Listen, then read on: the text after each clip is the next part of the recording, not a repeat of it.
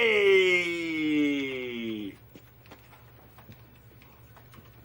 Hey! Hey! Hey! Hey! Thunder Myth, this is Pam. Damn, it's Michael. Help me. I need help right now. I enjoy having breakfast in bed. I like waking up to the smell of bacon. Sue me. And since I don't have a butler, I have to do it myself.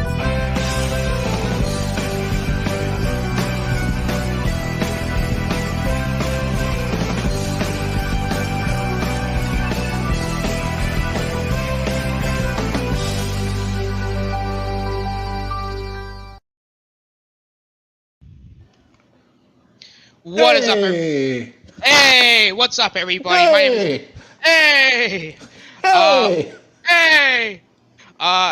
What is up, everybody? My name is the Austinator. Welcome back to the channel, and this is your Wrestlemania 39 NXT Stand and Deliver reviews. And I'm joined by fellow wrestling fan Shifty. Shifty, how's it going today? I'm a part-time wrestling fan these days, but hey, I'm doing pretty good. Understandable. It's a very nice day out today, at least where I'm at. I don't know if it's nice where you are. It's a little cloudy, but it's fair. It's fair. That's good. That's good. I'm in the process of tweeting out the stream. Shifty, why don't you go ahead and tell everybody a little bit about yourself? My name is Shifty. All right, I like it. I like it. Very straight to the point. You know, it's a big day for wrestling. I mean, this weekend was two big days, but today is the biggest day ever for wrestling. Oh yeah, the Endeavor deal happened tonight, didn't it? Yes, it did. Yes, it did. $9.1 billion. Fuck, that's a lot. Yeah. The bad thing about this is there's rumors that in the future the pay-per-views may be going back to the $50 mark. So hopefully that won't happen. I really hope that's not the case, because if that is true, then it's just a very poor business thing now, because nobody's going to pay $50 for a pay-per-view. Yeah, but if they spent that much money, they want to get their money back quick on it. So we'll have to see. That's true. I don't think they can do it until the Peacock deal goes away. So I think we got time, but who knows what will happen in the future. Do we know when the Peacock deal runs up, or is it just... I think it might be like 5 years, so they should be in like year 2 or 3. I think they're in year 2, because I do remember they had the network in 2021 before that Mania, so... Well, we'll just have to see. Indeed. Also, even bigger news, Vince McMahon has a mustache. Yeah, you didn't update your avatar. I shall do so eventually, but I'm still processing the idea of Vince McMahon with a really dark mustache. It's just very weird. It's not even a good mustache. It's like a pencil-thin mustache. It's like, I don't know. And then he dyed his hair. And he's got a face job. He's just, I don't know. It's very off-putting. Yeah. Well, he's off-putting in general, but... Yeah, he is. And you know what was off-putting? This entire weekend. I mean, there was a lot of ups and downs, both in the personal stuff, but also the wrestling stuff. But yeah, there was some fun stuff in between. You had the Hall of Fame, which that was a very fun. You had some great inductees in there, and on Saturday you had 2 wrestling events: NXT Stand and Deliver and Night 1 of WrestleMania 39, which we're gonna cover here. Yep. Now, I saw NXT Stand and Deliver on Saturday. I actually saw Night 1 on Sunday night, because I couldn't see it Saturday. And I watched Night 2, so I watched 8 hours of wrestling on Sunday, which... Dang. You Yeah, know, you saw the edited version of Night One. Something happened during the Dominic Mysterio entrance. WWE didn't check their video footage, and let's just say they had a certain prison camp from World War II in the video package, and they didn't know it. I did hear about this. Yes. Yeah, yes. They had to pull it quickly. You need to check your video footage. Dang it. Yeah, that's not very good of them. That's very fucking stupid. Yeah. And- Well, it's not as stupid as what happened on Friday. Yeah, Rick Steiner is, well, his career in wrestling is pretty much over now. I did hear about this, and I will say what Rick Steiner said and did was very shitty. I mean, Yes. I mean, even if you have those views, don't say them in public, and just be self-aware. exactly. Like, I mean, now he and the thing about it is, I mean, he had a action figure deal. They just released like scans of his action figure, and he's got like DLC coming for 2K23, I think, in like a couple weeks or whatever. All that's gone now, and he can kiss any future appearances with his son when he gets the main roster goodbye. I mean, he threw it all away. He threw it all away over transphobic comments. it was very stupid, you know? It's Yeah. like, and, you know, the fun thing I like about wrestling, and this is just the one thing I'm going to add on here, I think the reason why I find what Rick Steiner said to be very shitty, because no matter what race, gender you are, wrestling is equal. You know what I mean? Yeah. Like, you know, maybe that wasn't his views, like, maybe that's what didn't happen back in the day, but now, wrestling has evolved to where, you know, women, you know, people of color, different genders are getting the same opportunities as, like, men. It's just... It's amazing. Absolutely. I mean, he probably thought that he's probably still in the mentality of, he was surrounded by his boys from the locker room back in the 90s, sitting there signing autographs, and he thought he probably could get away with it. No, not in 2023. No. Sorry, bud. And you know what I find even more shitty is that from reports is that a lot of people saw it happen and didn't do anything to stop it. Yeah. Well, yeah. It's like I said, a lot of those guys back from the old days, they probably have their viewpoints, and they're not going to step in. No. But Jericho gave him hell on Twitter, though. He said that Rick Steiner had been a bully, like when he was in WCW. He said he was a bully back then, and he's a bully now. So. You know, and what's the really funny thing is comparing both Rick and Scott, you would think Scott Steiner would be the one that's... yeah, well, he was a bully too, some people say, but at least Scott hasn't said anything here recently to get his ass in trouble, so... Well, I mean, the closest thing he did to saying something stupid was him trying to do math, but even then, that was like an all-time moment. So. Oh, yeah, that's great. There's also a rap video that somebody had made years back on YouTube, where they had pieced together some of his promos, and it was really cool. I think I got the video saved somewhere. I'm gonna have to get that to you sometime, because I think it was deleted off of YouTube some years back, but it's a classic. I bet it was. But Yep. yeah, it's just what Rick Steiner did was very shitty, and it's just, you know, I agree. I just don't think he's going to be able to get any really, like, anything now. I mean, Yeah. I think his Hall of Fame spot's probably safe because, I mean, look, you got Tammy Stitch still in there. You got Jimmy Snuka's still in there. Hogan's still in there. A lot of people has done questionable things, that maybe murder, and, they haven't been pulled out. So, I think he'll at least keep that. But, yeah, that's the last we've heard of him probably. Oh, I wouldn't doubt it.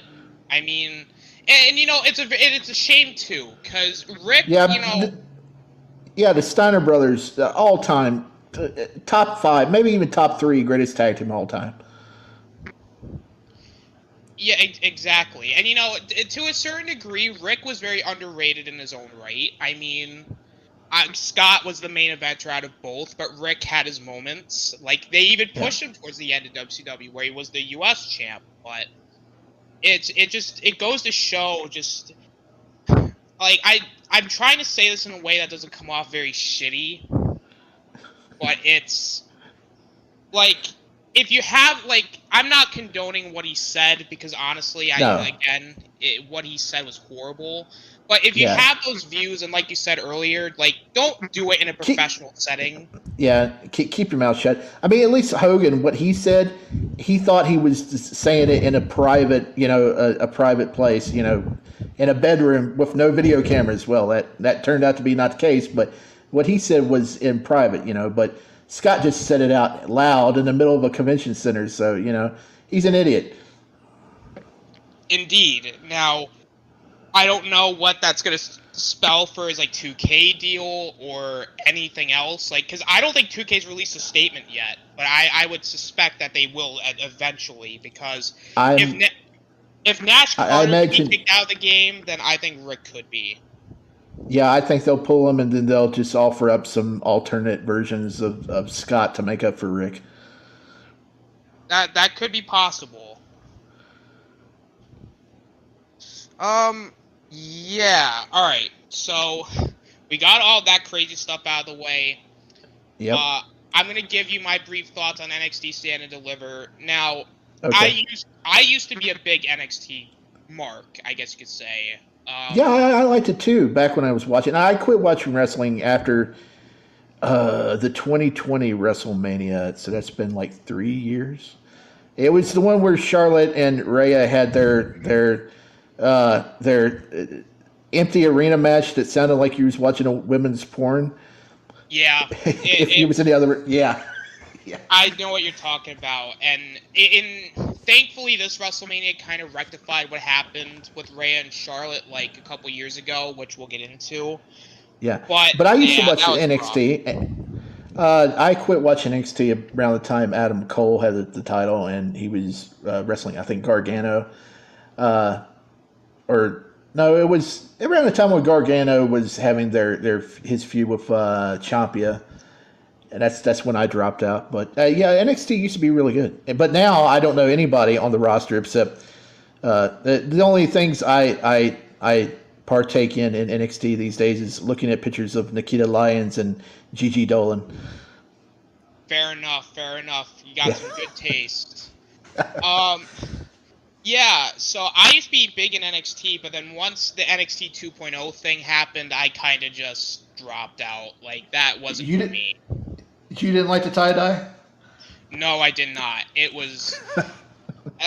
I'm not going to get into it. Maybe that'll be like another stream where I just go on about why I think... Well, no, I might even just do a review series where I just go back into NXT, where I go into NXT 2.0, like, do that whole tie-dye year and to see if any of it was any good, which, some of it probably was, but it felt very weird. You know what I mean? Yeah. So, I've been kind of on and off. I watched the pay-per-views, or the premium live events. I'm not going to call them those, because that's stupid. I'm going to call them pay-per-views, and typically, the NXT pay-per-views now are solid, but they're not, like, takeover level of quality. And this show kind of, I'm going to talk about it. I watched the whole show, from the pre-show to the main event. You had... Wow. How long was the pre-show? I would say it was like an hour long. Like, they had a match for the pre-show. Because the ones for WrestleMania were entirely too long. 2 hours each night. And I don't think they even had one match on either. No, which was kind of bullshit, because they could have had the Andre Memorial Battle Royal on Saturday night during the pre-show. And they could have had a Battle Royal for the women on the pre-show Sunday night. And a lot more people could have a WrestleMania spotlight on the pre-show. But no, they didn't do it. Exactly. And, that's what you should have done, like, the Battle Royals and stuff, but... Yeah, I don't understand why they did that on NXT. I mean, on SmackDown. It don't make sense. But NXT, we'll get what happened? That.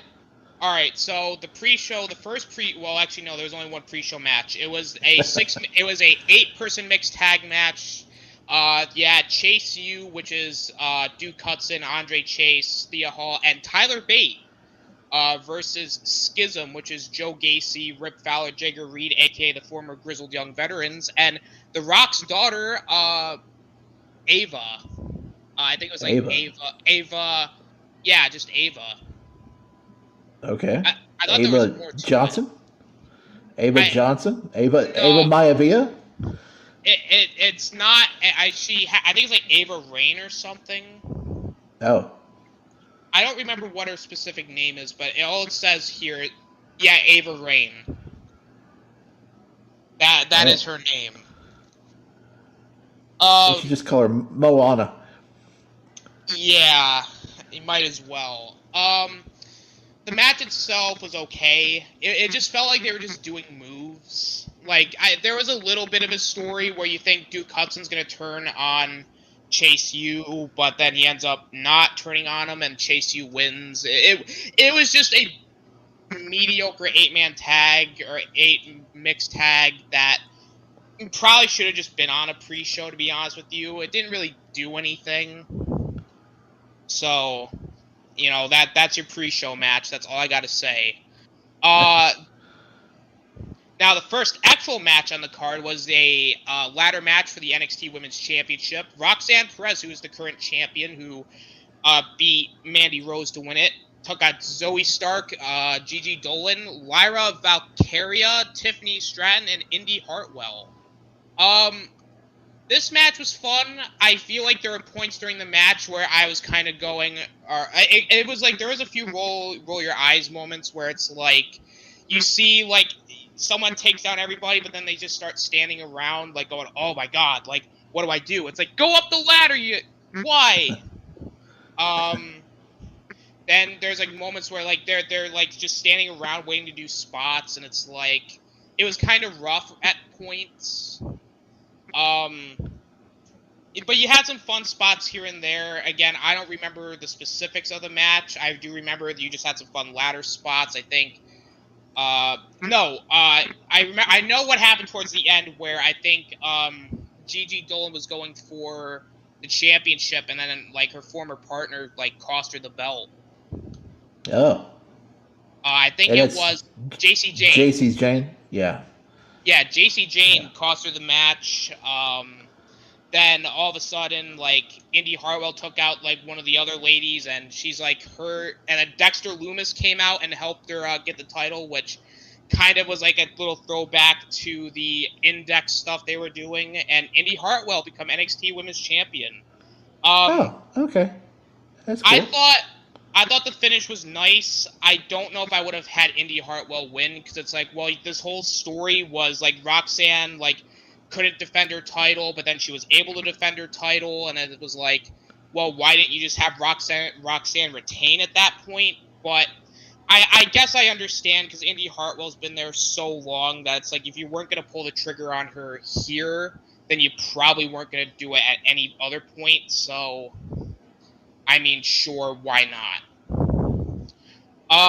Next up is a triple threat tag team title match. It was Gallus, which is Mark Coffey and Wolfgang, taking on Tony D'Angelo and Channing Stax Lorenzo and the Creed brothers. Okay. Are they kin to Austin Creed? No, they are not. Okay. They kind of remind me of, like, a World's Greatest Tag Team and, like, Steiner Brothers, American Alpha. Yeah, that's a little bit of a throwback there. Like, they kind of had that, like, they had a bit of that going on with them. I like the Creed Brothers. I think they're pretty cool. They're very, very agile, very, like, they strong type of guys. Uh-huh. The match itself, it was just okay. It wasn't anything spectacular. It was fine. Joe Coffey came out, you know, from NXT UK. He helped Gallus retain it. It was just a fine tag match that really didn't. It didn't like. It wasn't like, it didn't wow me. It was just like okay.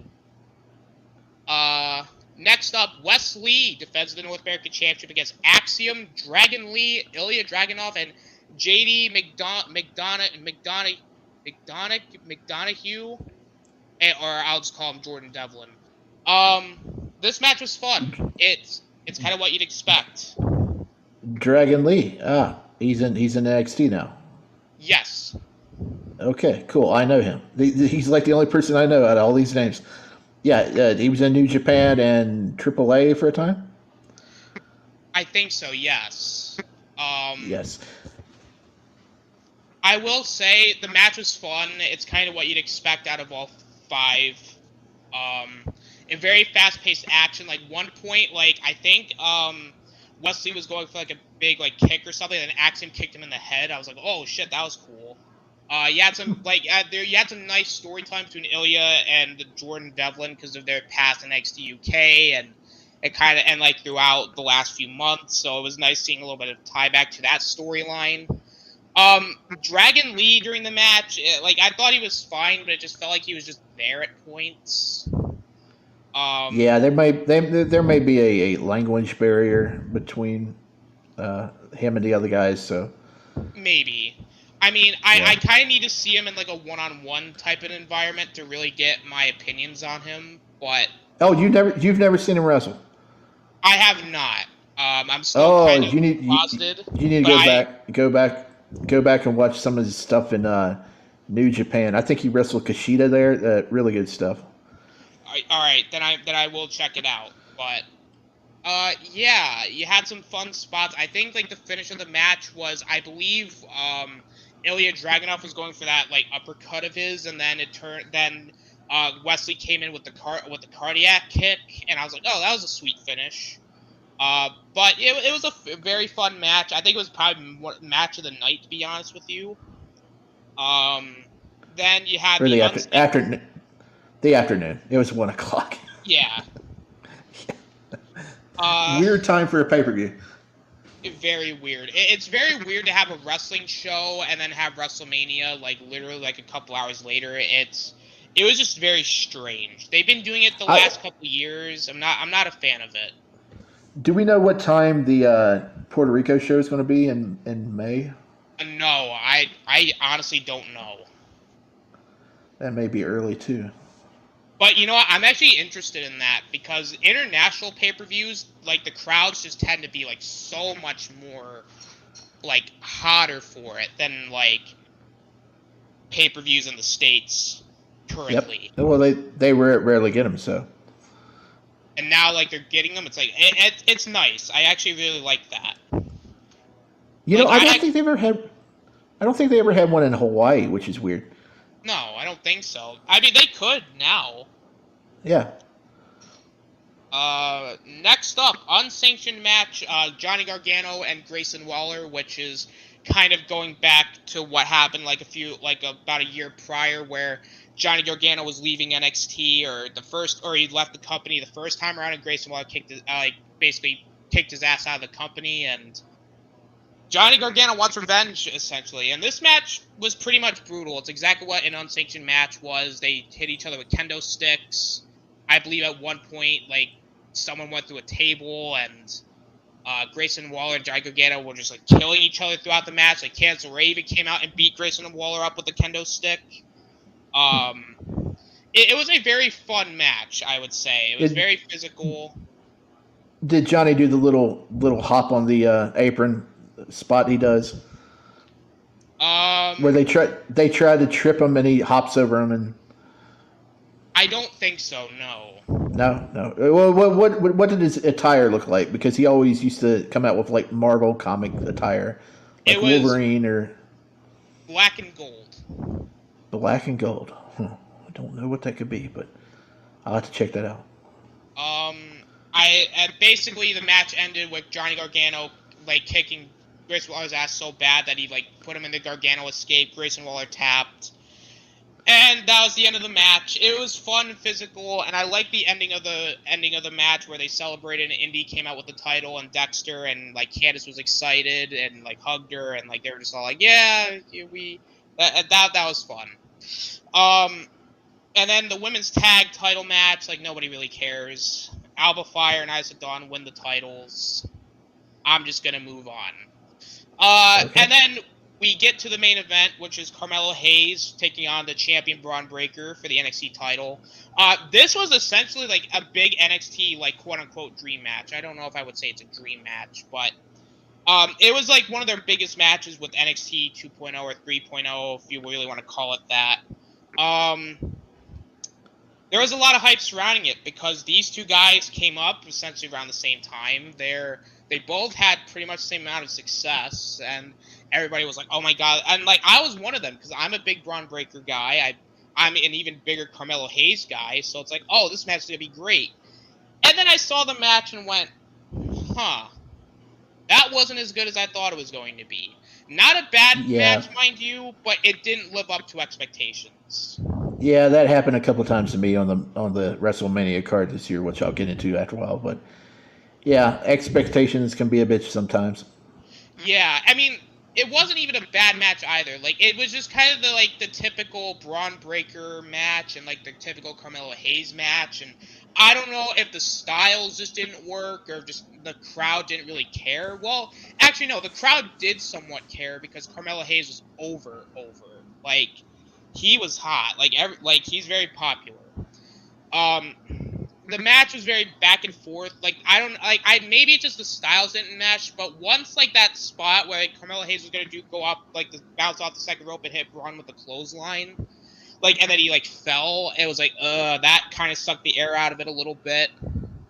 I mean, the finish was great. I liked the whole like Trick Williams coming out, hitting Braun in the back of the head with the title. Braun kicking out and saying he knew that he was going to do it, and then goes for the power slam, but then like Carmelo Hayes counters with like the code breaker, and then hitting his big like axe kick from the top rope.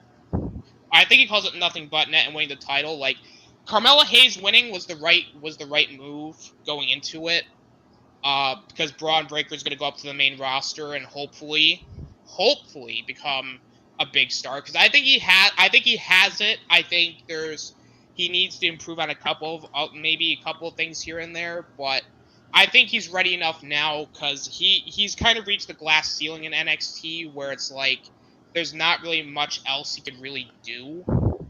So, well, let me pose this to you tonight on Raw.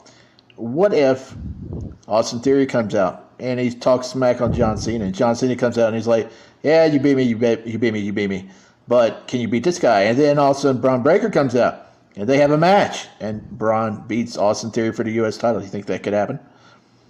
I think it could. I don't know if necessarily I think it's going to be, like, I at least think Braun Breaker is going to debut, and I think he's going to at least be, like, in a program immediately with somebody like an Austin Theory, because you want to elevate Braun Breaker, like, because it's clear that they're very high on him, that they want to maybe put him in a big spot right away, but like don't put him in a too big of a spot where everybody's gonna go, "Oh God, here we go!" Like they're gonna go on the mega push. Here we go, John Cena, Roman Reigns 3.0. Well, I'd rather have him over Austin Theory. You know what? At this point, I tend to agree. Which I'll get into that in a little bit, but yeah, Braun Breaker, I think he's talented, just like I think Carmelo Hayes is talented, and some of the guys in NXT are very talented. But right now, I think it's just Braun Breaker's reached his glass ceiling. I think there's just not much he can do. I think it's time for him to go to the main roster and hopefully be built up properly to where when he's eventually positioned as one of the faces of the company, that it's like, oh, yeah, that's the guy type of deal. Mm-hmm. So that remains to be seen. But overall, Stand and Deliver had some good moments. It wasn't anything too crazy, but it was enough to where it was like, it was solid. All right, night one of WrestleMania. Now, thankfully, this one will be kind of we can both talk about this. First match on the show: Austin Theory defending against John Cena. This match sucked. I think we could both agree on this. Yeah, there's two highlights of it though. One, John Cena had an awesome T-shirt. If it wasn't a John Cena T-shirt, I might have ordered it. G.I. Joe style. Even had file cards of his past, personas on the back with the file card down the bottom. Looked awesome. He always has some great T-shirts. He had that NES Pro Wrestling shirt a few years back. Then he had one for the old NES WrestleMania game, I think last year. Always great T-shirts. That G.I. Joe shirt was nice. And then, second thing is, man, the dude needs to go call Cy Sperling, the guy from WrestleMania 10 for the Hair Club for Men, because, boy, he's losing his hair bad. Yeah. He needs to cut that shit down, go back to the old shaved haircut, because it's not looking good. I agree. I'll kind of just like run down it briefly. I mean, here's the thing with Austin Theory. I'm trying to see what they see in him. I'm not saying he doesn't have a good look, because he does. I mean, he looks fine. I mean, he's solid in the ring. I think the problem is it's just I can't take him seriously. I don't see the appeal. I mean, there's 15 other young guys I could name that could do just as well, if not better, if they push them. Right. They just want the most generic looking person. I mean, well, I shouldn't say that, but just the generic appeal person there, when there's so many other people they could push. I mean, and they don't want to. They just I don't get it. It's happened before. I mean, it just I don't know. It's frustrating. Yeah. And, this match really could have elevated Austin Theory to, like, a big level, and it didn't. Because the match was it was very cut and dry. It was very short. Like, I don't know if Cena was doing the Brock Lesnar route and was just like, I just want to get in and out type of deal. But it was very short. Like, Cena, like, goes down with, like, one finisher, which I was surprised because it's Super Cena. But... Well, I mean, I don't know how much he actually cared, because as he looked like he didn't really bulk up for this match. I don't know if he doesn't do that anymore, but I mean, his traps, he had none. It's like weird seeing Cena being not the huge MFer that he usually is, and I don't know. He wasn't in WrestleMania condition this year. No, he wasn't. You could just tell, like, either he was just there because it was just like a, hey, we kind of need you type of thing, or I don't know. But it was a lame match. I thought the ref bump it's like, okay. And then Theory hitting with a low blow and then the A-Town down, I thought was it was just a lame finish to an already, like, nothing match. There was no point for it. Like, honestly, out of all the matches, which there was a couple on on both these shows that you could have maybe gotten, you didn't really need. You didn't need this. It felt more of, it does nothing for anybody, because Cena at this rate could take a loss and just, he'll just be like, all right, I'll see you sometime later type of deal. And it doesn't do anything for Theory, because it wasn't convincing enough. So... and it really didn't do anything for the U.S. title, because it was just kind of a nothing match. Yeah. So, yeah. It's almost like, I mean, I felt like there was more of a story if Theory were to lose. Like, yeah. It was boring, it was nothing. I give the match, like, I'll give it 1.5. I'll be generous, because it was like, you could tell, like, at least... I don't know, there's a couple of moments that were solid, I guess. Like, the blockbuster and, like, the drop kick were cool from Theory, I guess. I'm trying to grasp at straws here. Yeah, there's nothing much to that match. It's just forgettable. Very forgettable. But what wasn't forgettable... Well, let me just touch on this. Yeah. One thing about Cena I want to bring up... I don't know if you've seen it, the unlockable action figure character in 2K23 of his. Really neat stuff, but the only way you can get it is you got to get a code from a action figure purchase. Well, I've been going through Walmart. Every time I go get groceries, I go through the toy aisle at Walmart, and I've been noticing there's no WWE figures, none. And it's just been this way for like the last month or two. And finally, I saw a stock person. I said, "Y'all just quit carrying wrestling figures? What the heck?" And there's like, "No, they've been selling out." I'm like, "Oh yeah, that darn code. Everybody's just buying them figures off the rack. I don't know if they'll return them later or what, but they want that code to get that darn John Cena unlock in 2K23." I have seen it, and it is actually really cool. Just a shame that it's in my faction. Yeah, that's and Status. He's a hacker on Twitter, and he uploads a lot of characters and stuff that were hidden behind the My Rise or whatever that's called, My Faction. He said you can't do that this year with that particular character. He uploaded like the skeleton base of the figure, but the of the character it looks like an action figure. But he said you can't actually get that, hack it, upload it to community creations. So you actually got to buy a figure, get the code if you want the character in the game. Makes sense. I mean, it's just a shame that it's in my faction, because, like, I guess I could touch on this too. I actually got 2K23 like a few weeks ago. Oh, you did? Yeah, it's definitely an improvement over 22. I mean, War Games is fun. I mean, but it's that. Is the gameplay as good and as fluid as 2K19? Because I played that for 4 years, and that's like my favorite probably of the 2K franchise since like 2K14.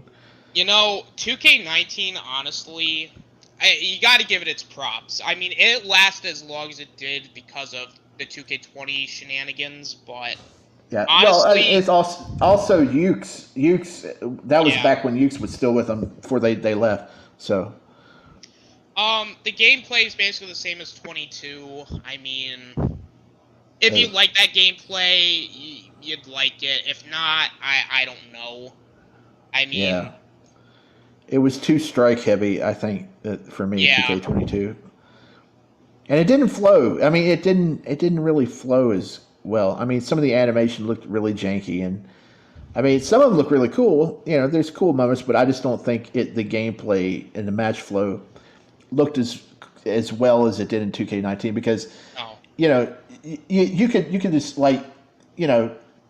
put the difficulty all the way up, reversals all the way up. You could just sit there and watch it, and it looks like a match on television. The fluidity of them just going to move and to reversal to reversal. It looked like an actual real life match in 2K19.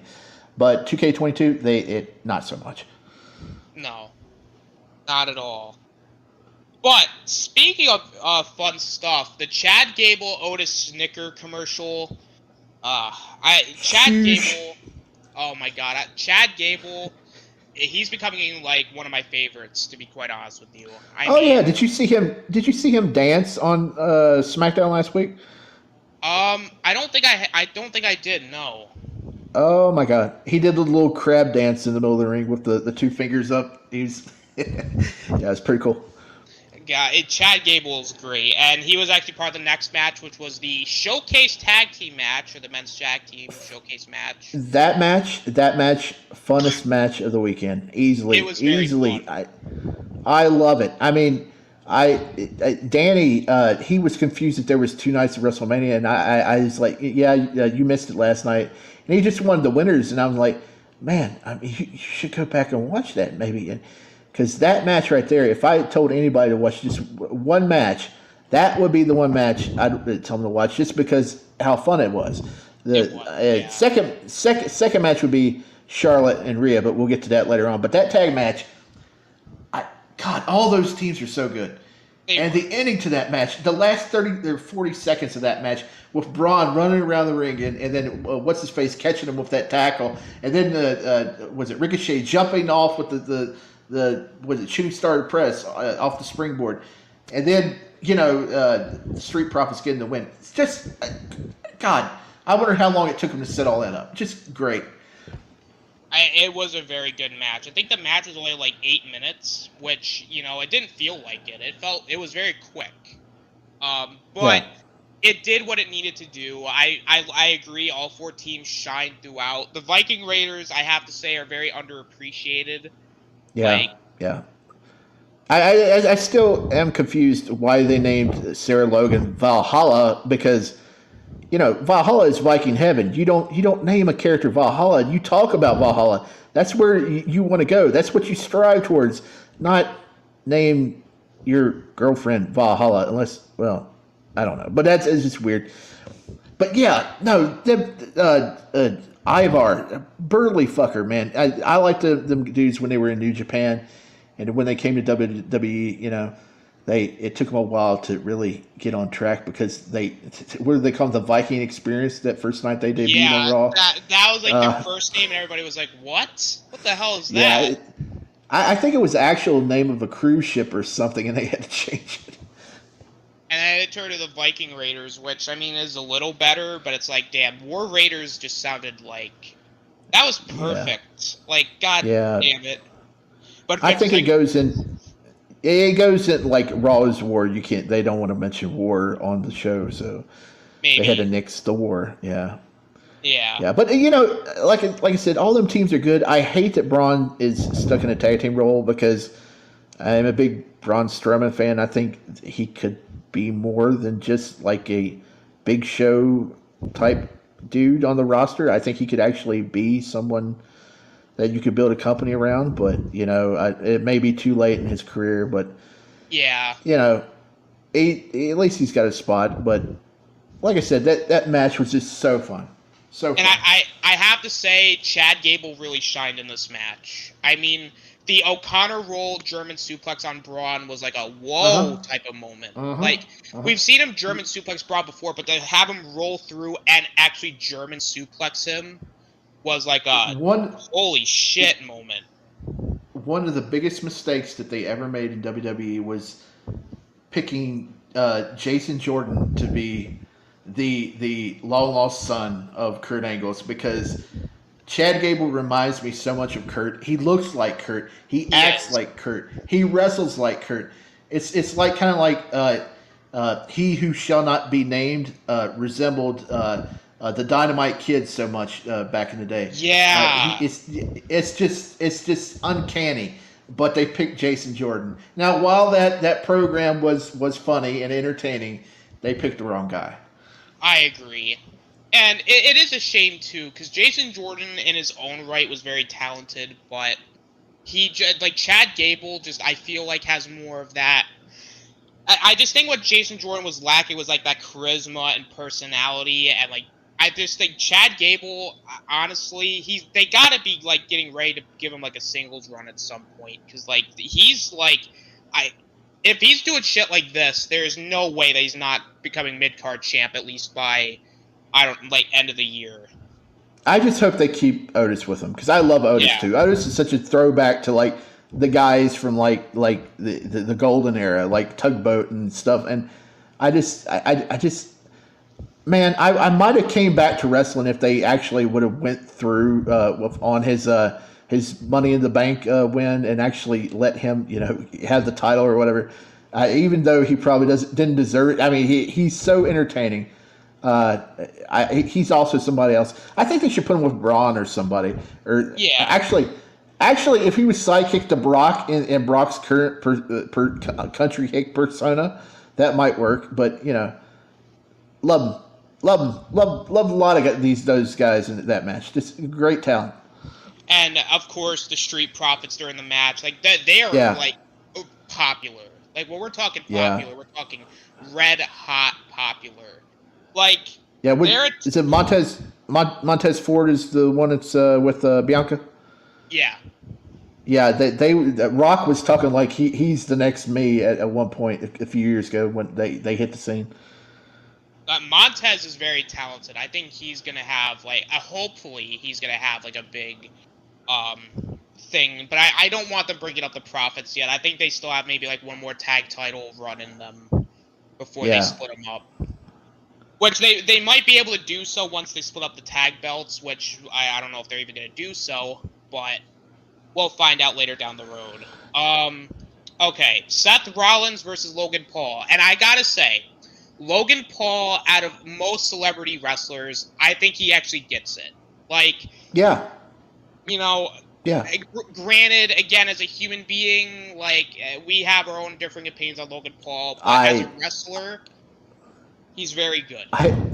I honestly didn't really know who Logan Paul was before he got in WWE. Outside of either him or his brother dated the girl from Agents of Shield, Quake.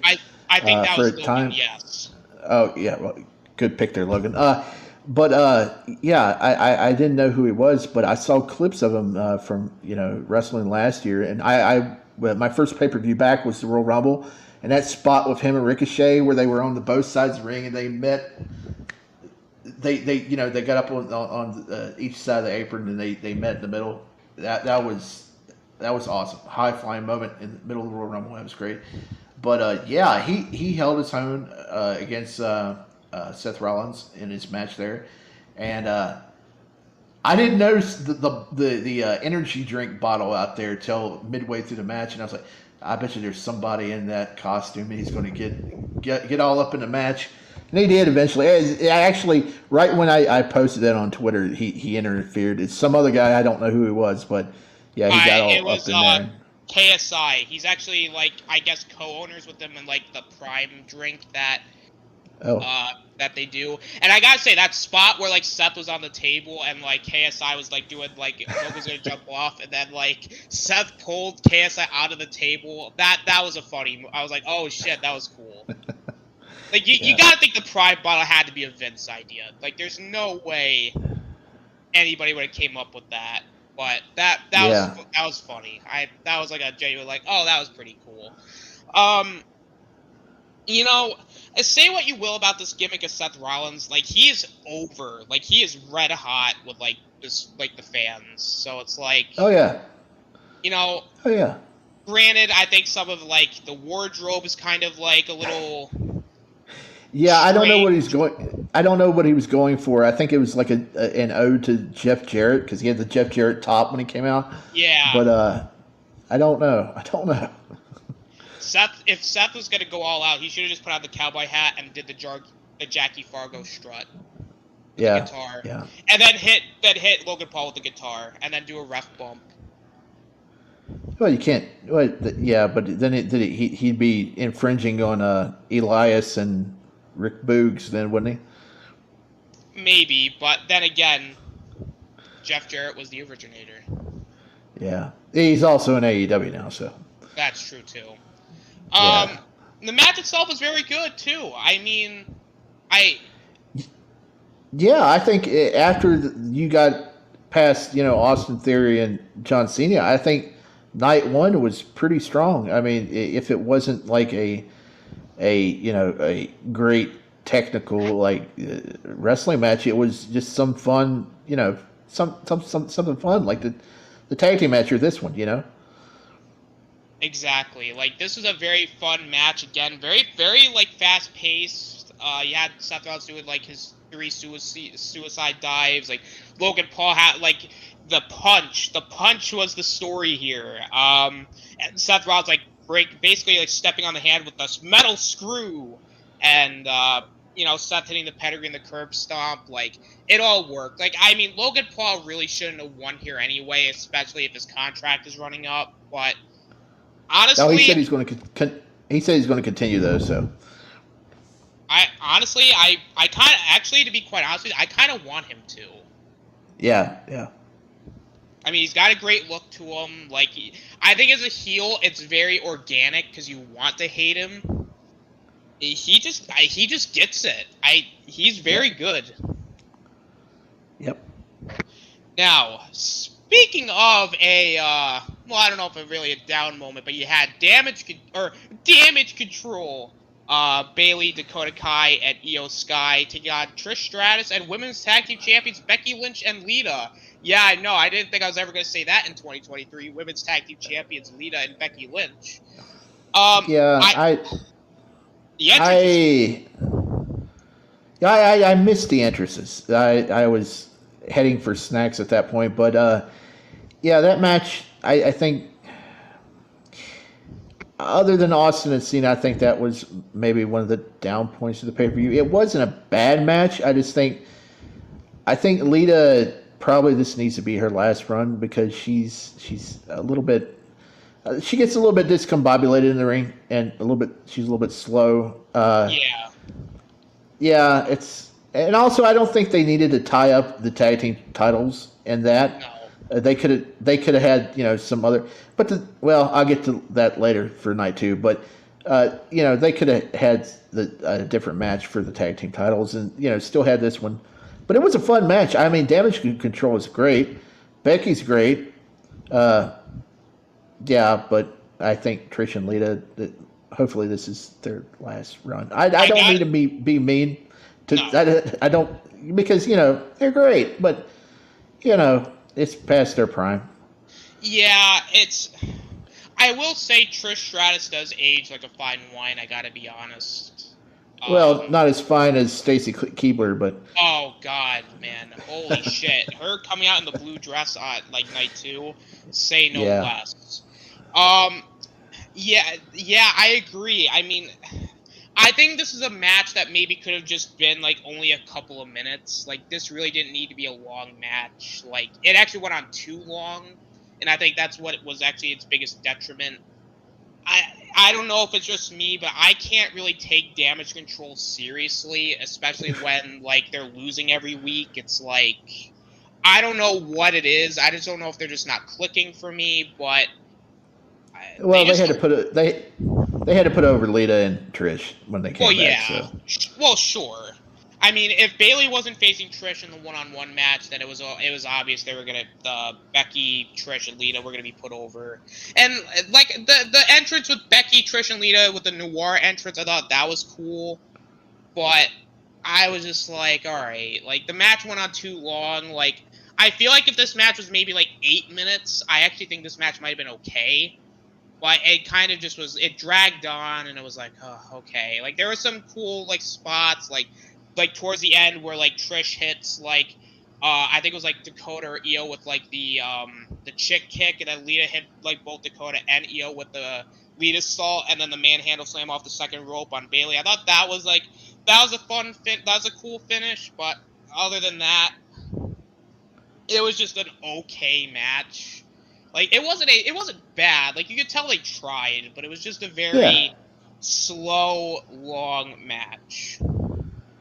I just think it's probably. I mean, like it wasn't bad, but there were so many other better matches that it kind of ranks towards the bottom of the pay-per-views.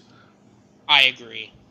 But speaking of one of the better matches of the show, Father of the Year Rey Mysterio taking on the prison convict Dominic Mysterio.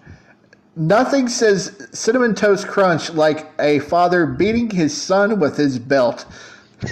Bro, this finally came full circle. Finally, Ray's like, all right, I'm going to pop a WWE 13 and beat my son. Yeah, I don't think that match lived up to kind of what I wanted it to be, but it was still very entertaining. And I got to say, I haven't really been following wrestling, but the Rey Mysterio Dominic storyline that has caught my attention.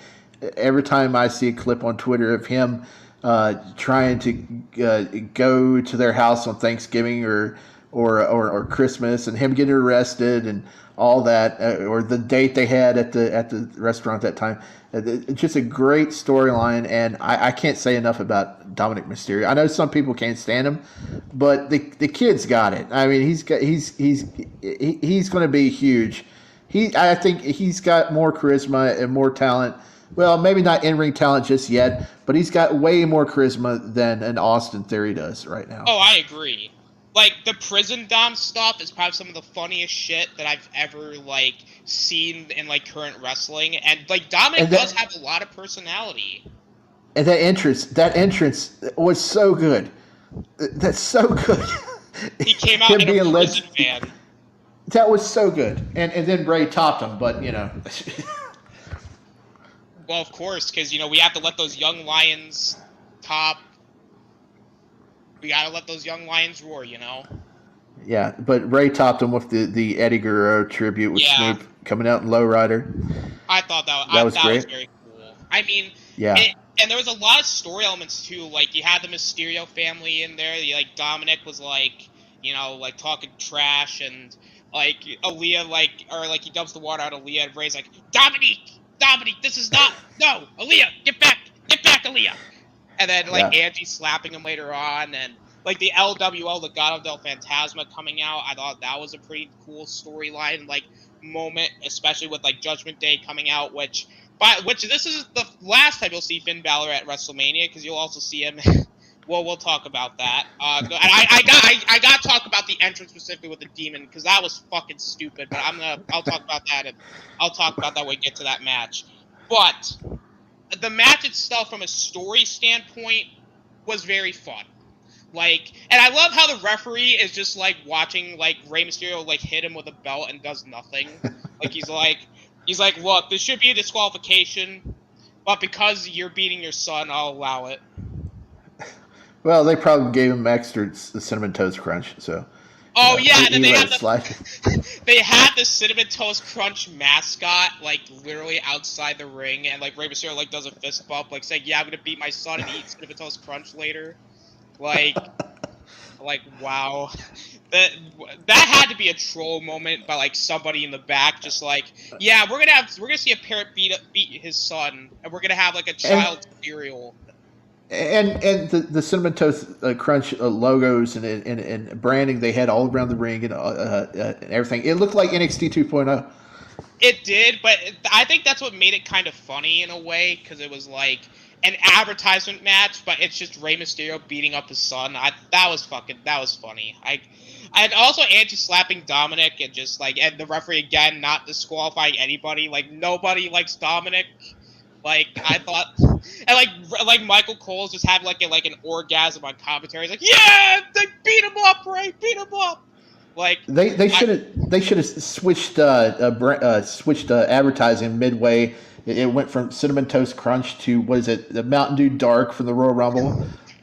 Oh my God! Don't remind me about that pitch black match. Oh my God, that was so bad. So bad. Like, see, this is an advertisement match done right. Like, it's not flashy. Like, yeah, there's advertising around the ring, but it's like, it doesn't take away from the match, you know? Oh, speaking of advertising for a match, boy, wait till we get to night 2. Boy, I didn't expect that intro. No. Yeah, we'll get to that in a little bit, but man, that was it. Ray and Dominic, great cap. Well, it's not the cap. They'll drag this out for probably till SummerSlam, but just entertaining match all the way. Yeah, it was very, very fun. And Ray gets the win and like celebrates with his family, which makes sense. I mean, he kind of had to. And speaking of a match that really surprised me, because I'm gonna be honest with you, both women's title feuds have been built up horribly. But I have to say, and I agree with you, Shifty, Rhea and Charlotte really did steal the show on night 1. Like match of the weekend for me, easily. It blew away expectations. Like, you could tell both women were out there to prove a point, and they really did that. Like, Rhea, 26 years old, only 26 years old. She's going to be around for a long time. And I think she's probably going to be a crossover talent. I mean, with her looks, especially if nobody in the company, after that shot of her when she won the title, where she's giving that wide mouth, like almost vampire looking, like scream when she won the belt. If they're not setting her up for like a horror movie franchise or something, they're crazy. She's got a look that could sell. I mean, that girl. I remember one of my first tweets when I came back to Twitter was right after the Mae Young Classic. I tweeted something to Bianca, and I tweeted something to Rhea, and I said, I can't wait to see you face Charlotte sometime. Then, like a couple years later, she wrestles her at like WrestleMania, the one in 2020. Now they have my favorite match of WrestleMania 39. Just great stuff. It was very good. It, to me, and this kind of is like almost like Damage Control. Damage Control. kind of like retconning what they did like 3 years ago at WrestleMania, where Charlotte beat Rhea when she shouldn't have beat her, and like having Charlotte actually let Rhea win. Say what you will about Charlotte, she is very good. She is. People give her shit for nothing.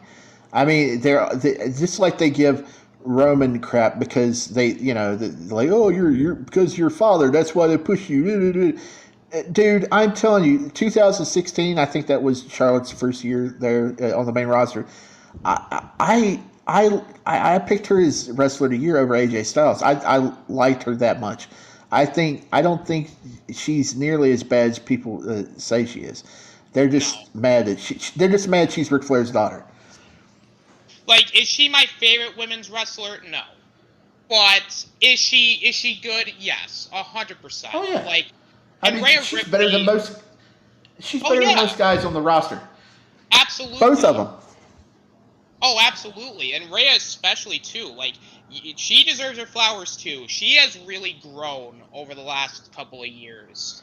Like, granted, if they didn't screw her up the first time, like, maybe we wouldn't be in this situation. But like, ever since she joined Judgment Day and like Dominic came in, like she's shown so much personality and so much character.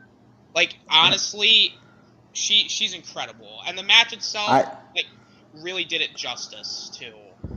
Now, I don't know about her desire to face Gunther in a match, but yeah, I don't know if I would do that. But at some point maybe she could wrestle a dude in the ring. But don't face Gunther. He's like a different animal. He'd fucking kill her.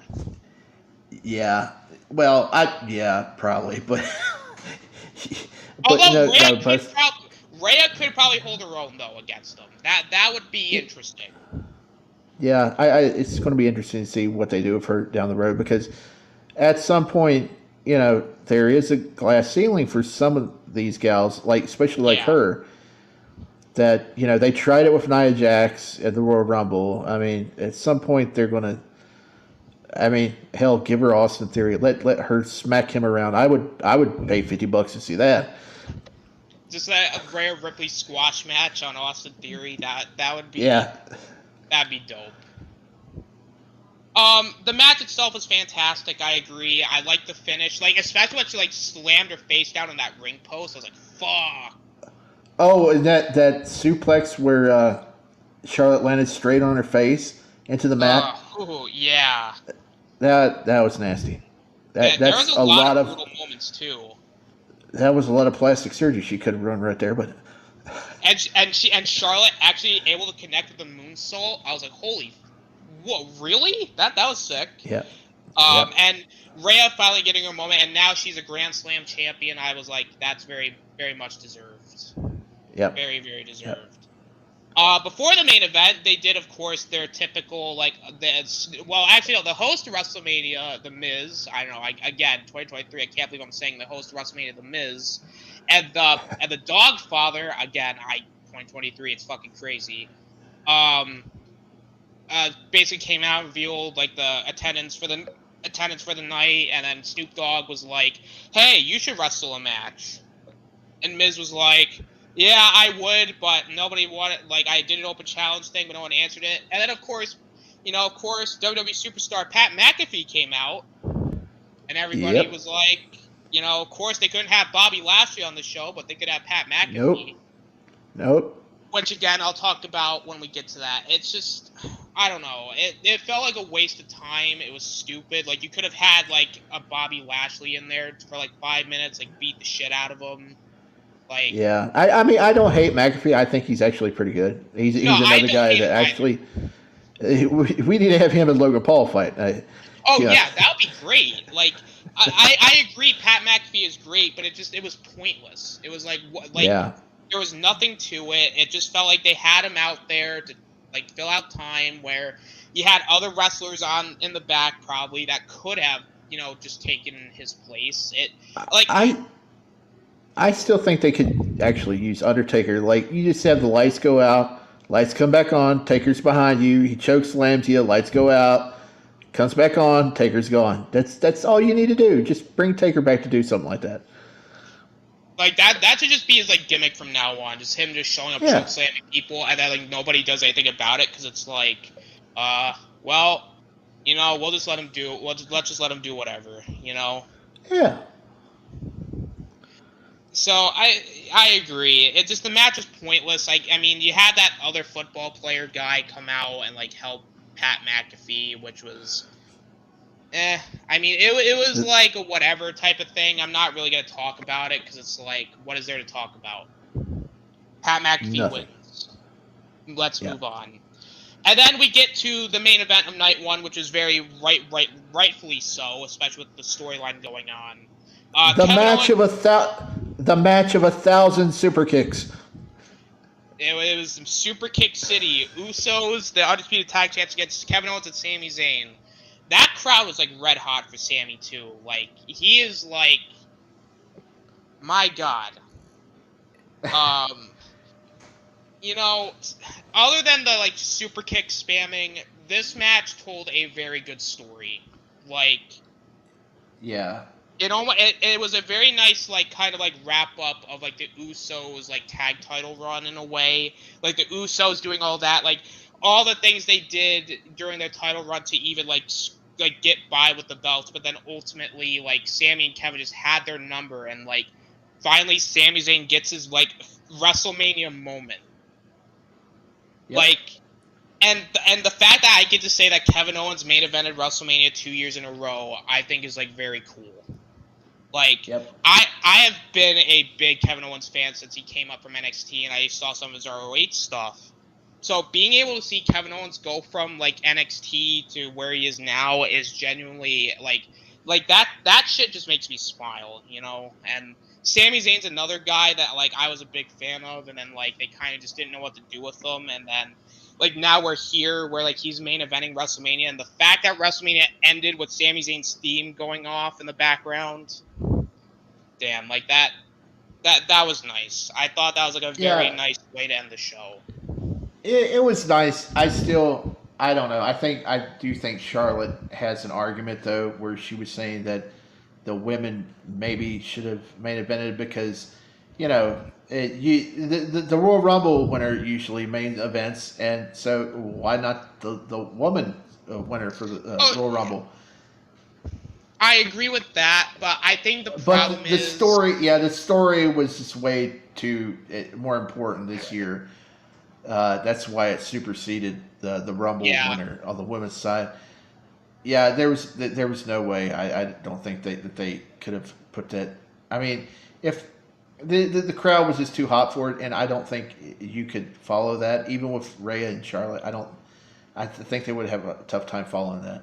Oh yeah, no, they definitely would have. Like, it was the right main event, and also like Sami kicking out of the 1D and Kevin Owens kicking out of the Usos splash. Like, oh shit! And it's like it told a good story.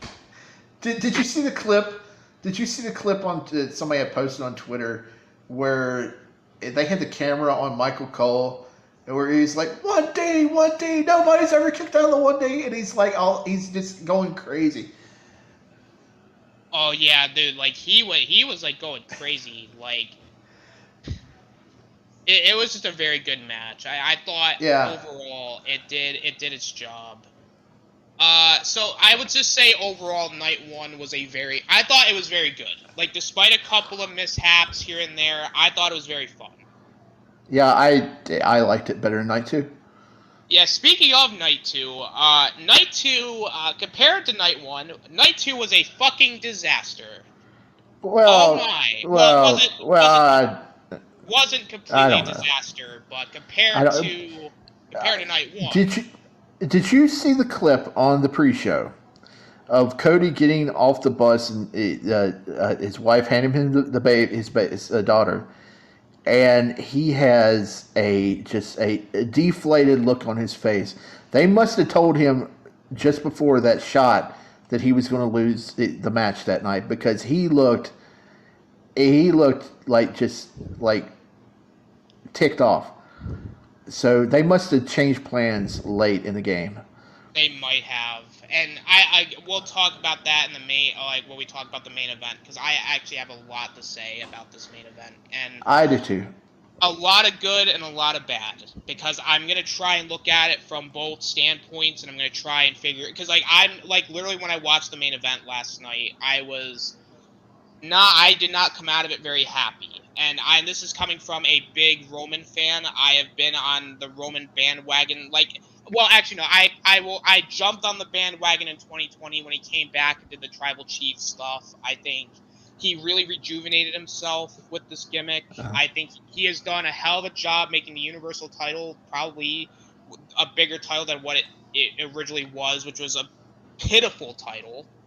And, it really rejuvenated a lot of things. It gave a lot of... And I know a lot of people would say, but Roman Reigns buries people. No, he gave a lot of talent a main event.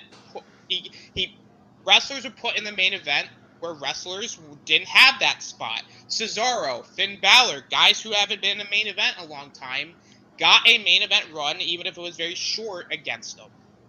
And it gave us, and it kind of made the Brock Lesnar-Roman Reigns stuff tolerable, especially with the Last Man Standing match. And you had a lot of great stuff. But again, I'm gonna go on a tirade if we continue talking about it, because I have another tirade that I'm gonna talk about when we get to Finn and Edge. But the first match of the show, of course, and nothing speaks WrestleMania. And by the way, I just gotta say, Homo sapiens, we need to rise up. Omos took out Brock Lesnar. I mean, did anybody really expect anything less out of those two? I mean, I like Brock Lesnar, and this was like my first time I've seen an Omos match, so I didn't hate it. I thought it.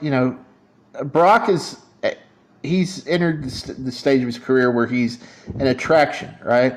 Yeah. And Almost is an attraction. So this was kind of like an old school WrestleMania match for me. It was short.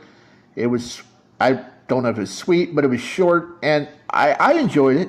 And that's what I was going to get to, because I know I kind of was talking shit about, but genuine honesty, it's what it needed to be. I wasn't expecting anything crazy. It's really what it needed to be. Honestly, Brock Lesnar did more for Omos than John Cena did for Austin Theory. Brock, you could tell, was trying to make it feel bigger than it was. You could tell Brock Lesnar wanted to go first and have it be 5 minutes so that we could just go home. I saw a tweet where you see I think it was a picture of a private plane, and Brock Lesnar's says Brock Lesnar's keep the engine running. I'm gonna be right back. That'd be really funny if he was in his gear and came off the plane, beats him, then just walks right back to the plane. I thought that'd be really funny.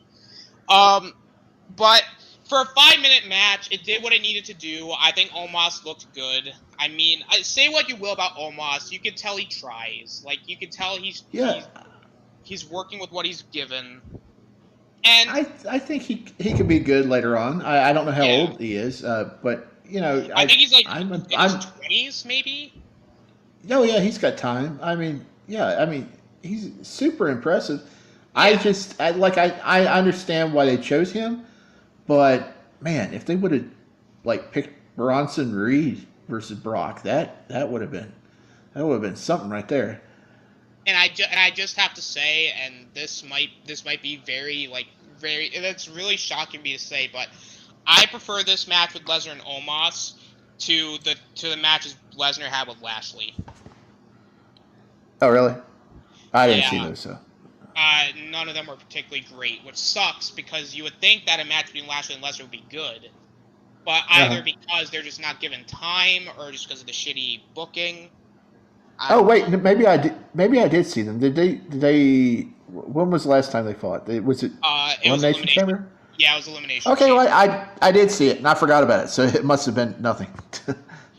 Nightcrawler, what's up? Omos should have kicked out of at least one F5. It would have made him look stronger.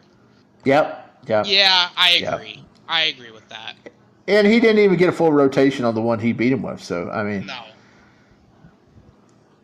Now, second match of the show was the women's WrestleMania Showcase match. It was Ronda Rousey, Shayna Baszler, Liv Morgan, Raquel Rodriguez, Natalya, Shotzi, Chelsea Green, and Sonya Deville. This Second match, second worst match of the weekend.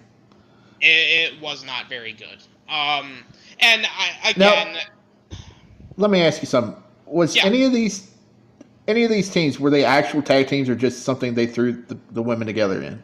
Well, other than Ronda and Shayna, to an Yeah. extent, Liv and Raquel. I mean, basically all of them for the most part were very thrown together. Like, look, the women tried. You could tell that, like, other than Ronda and Shayna, like, you could tell they were at least trying to make it like enjoyable, but the crowd either just didn't care or Not nearly as enjoyable as the men's Fatal 4-Way tag team from the No. previous night. And like Ronda coming in at the like very end to get the win, I was like, wow, okay, that. She did the same old shit where she holds the wrist and she looks around like, yeah, I'm going to put my move on, and everybody boos, and then she slaps it on and gets the win. It was just a very nothing match. Like, it really did nothing to really elevate anybody. It was just, like, I mean, you could just tell when Ronda was announced for the match, it was like, oh, yep, Ronda's gonna win. Because it's like... I wish they had, like, a battle royal or something instead, and they could work more women into the match, give more people a spotlight. They could have done that.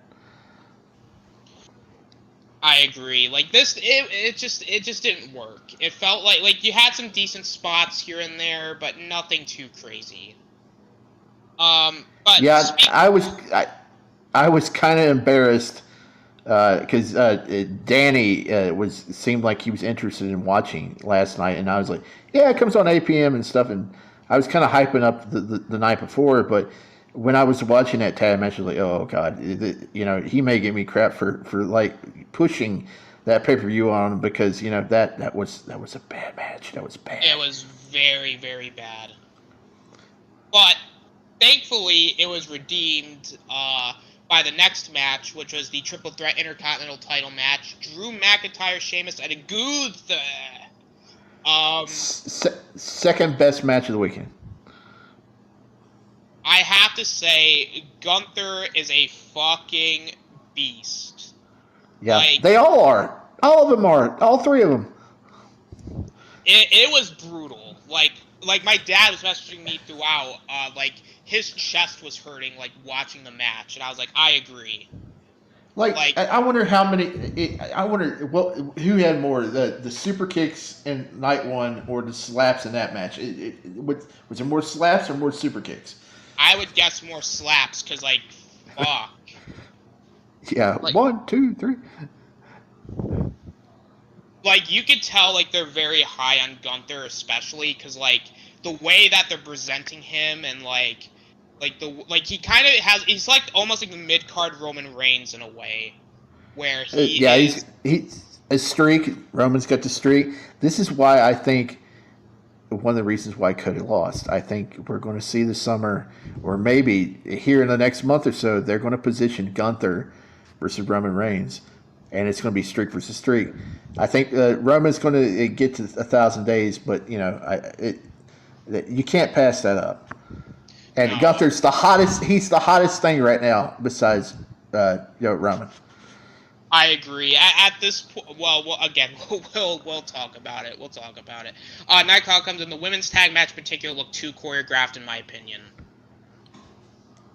Yeah. I agree. It always does. I agree. Do you guys want Gunther to beat Honky Tonk Man's Intercontinental title record? Did he already? No, I think he's close, though. I mean, at this point, why not? You know what I mean? Like... Yeah. I mean, damn, like, with his performances lately, fuck it, do it. I mean...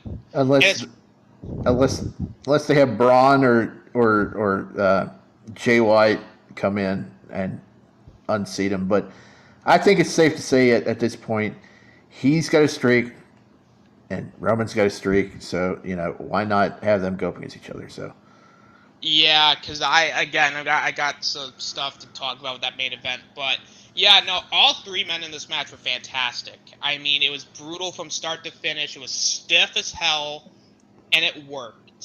Like Sheamus, like I like Drew's like white attire. Like Sheamus is very popular with the crowd. Like I personally I wanted Sheamus to win, but the match was so good that I didn't really care who won or lost. Like it was that good. The big question is Drew McIntyre leaving? His contract's up, and rumor is he can't reach an agreement on an extension. So, is he going to AEW or Japan? I think they said he only has like 1 more year left. Oh, really? Yeah. I thought it was up. I thought it was like done. He's like nearing the end. No, I think they said he's got like 1 more year, and he probably will resign. Okay. I mean, he's like one of the bigger stars there right now, so. He would be treated like a king if he went to New Japan because they desperately need some talent over there. So I know they had the Forbidden Door and they're in a working relation with AEW, but it just if you just watch the basic New Japan shows now, it's the same old guys fighting each other. So that's Drew what I would heard. he would be huge over there. I agree. But I also got to say, too, like, the false finishes, I think, were planned out really well. Like, you didn't know who was going to win. And I got to say, I can't have been the only one that marked out what Sheamus did the high cross. Like, every time he does that move now, it's like, oh, my God, he actually still uses it. Because he only uses the bro kick. But seeing him use the high cross, like, oh, shit, that's cool. But when Gunther did the splash on Drew McIntyre, did the powerbomb on Sheamus, and he hit the back of Drew's head, I was like, oh, fuck, that, like, I even felt it. But it was a brilliant match. And I do want to touch on this before we get to the next match. The fact that, Bobby Lashley, and you got to feel bad for Bobby Lashley here. I mean, like, he was supposed to have the Bray Wyatt match. Bray Wyatt then missed WrestleMania, so then Bobby Lashley got screwed over, and he basically got, like, the Andre the Giant trophy, like, as more of, like, all right, well, here you go. Like, we feel bad for you, so here's a big trophy. I mean, they could have tossed a lot of guys just in with them that would, they could have had LA Knight or who I can't stand, but people like him. Or they could have Bronson Reed. I don't know if they wrestled yet. Bronson Reed, I'm a huge fan of the dude. I mean, dude, he reminds me of like Bam Bam Bigelow and stuff, right? They would have had like a great match there. They could have had him, I don't understand why you would. Like I said, if you couldn't have him on the pay-per-view, they should have did the battle royals on the pre-show right before the pay-per-view started. That way, everybody could have had a spot or spotlight at WrestleMania, regardless if it was on the actual show or not. I agree. Nightcrawler comes in. Do you think they should have done Uncle Howdy versus Bobby Lashley? No. Keep those two away from Bobby Lashley. Isn't Uncle Howdy Bo Dallas? He probably is, but at this point, does anybody care? Probably not. No. I just want Bray to come back as Muscle Man Bray. That's the only Bray I like is Muscle Man Bray. Yeah, I'm sorry, but this whole that's like another rant for another time. But Bray Wyatt, oh my god, like I'm not a Bray Wyatt hater. Like I want everybody to understand that I'm not a Bray Wyatt hater. It's just, man, like I don't know, but this like recent run of his has not been tremendous. I will just say that. Royal Rumble. Pitch black. Oh god, I don't want to remember the pitch black match. I wiped it from my memory banks. Next up, speaking of a match that I was very pleasantly surprised with because the build of this match was horrible. That was Bianca Belair versus Asuka. This was very fun. Oh. Well, yeah, this is one of those matches where I think expectations for me kind of hurt it a bit because I don't know. I expected more, but it was good. It's too bad Asuka is like 0-5 at WrestleMania now. Yeah. Oh yeah, that's right. Fuck. Did you see that tweet?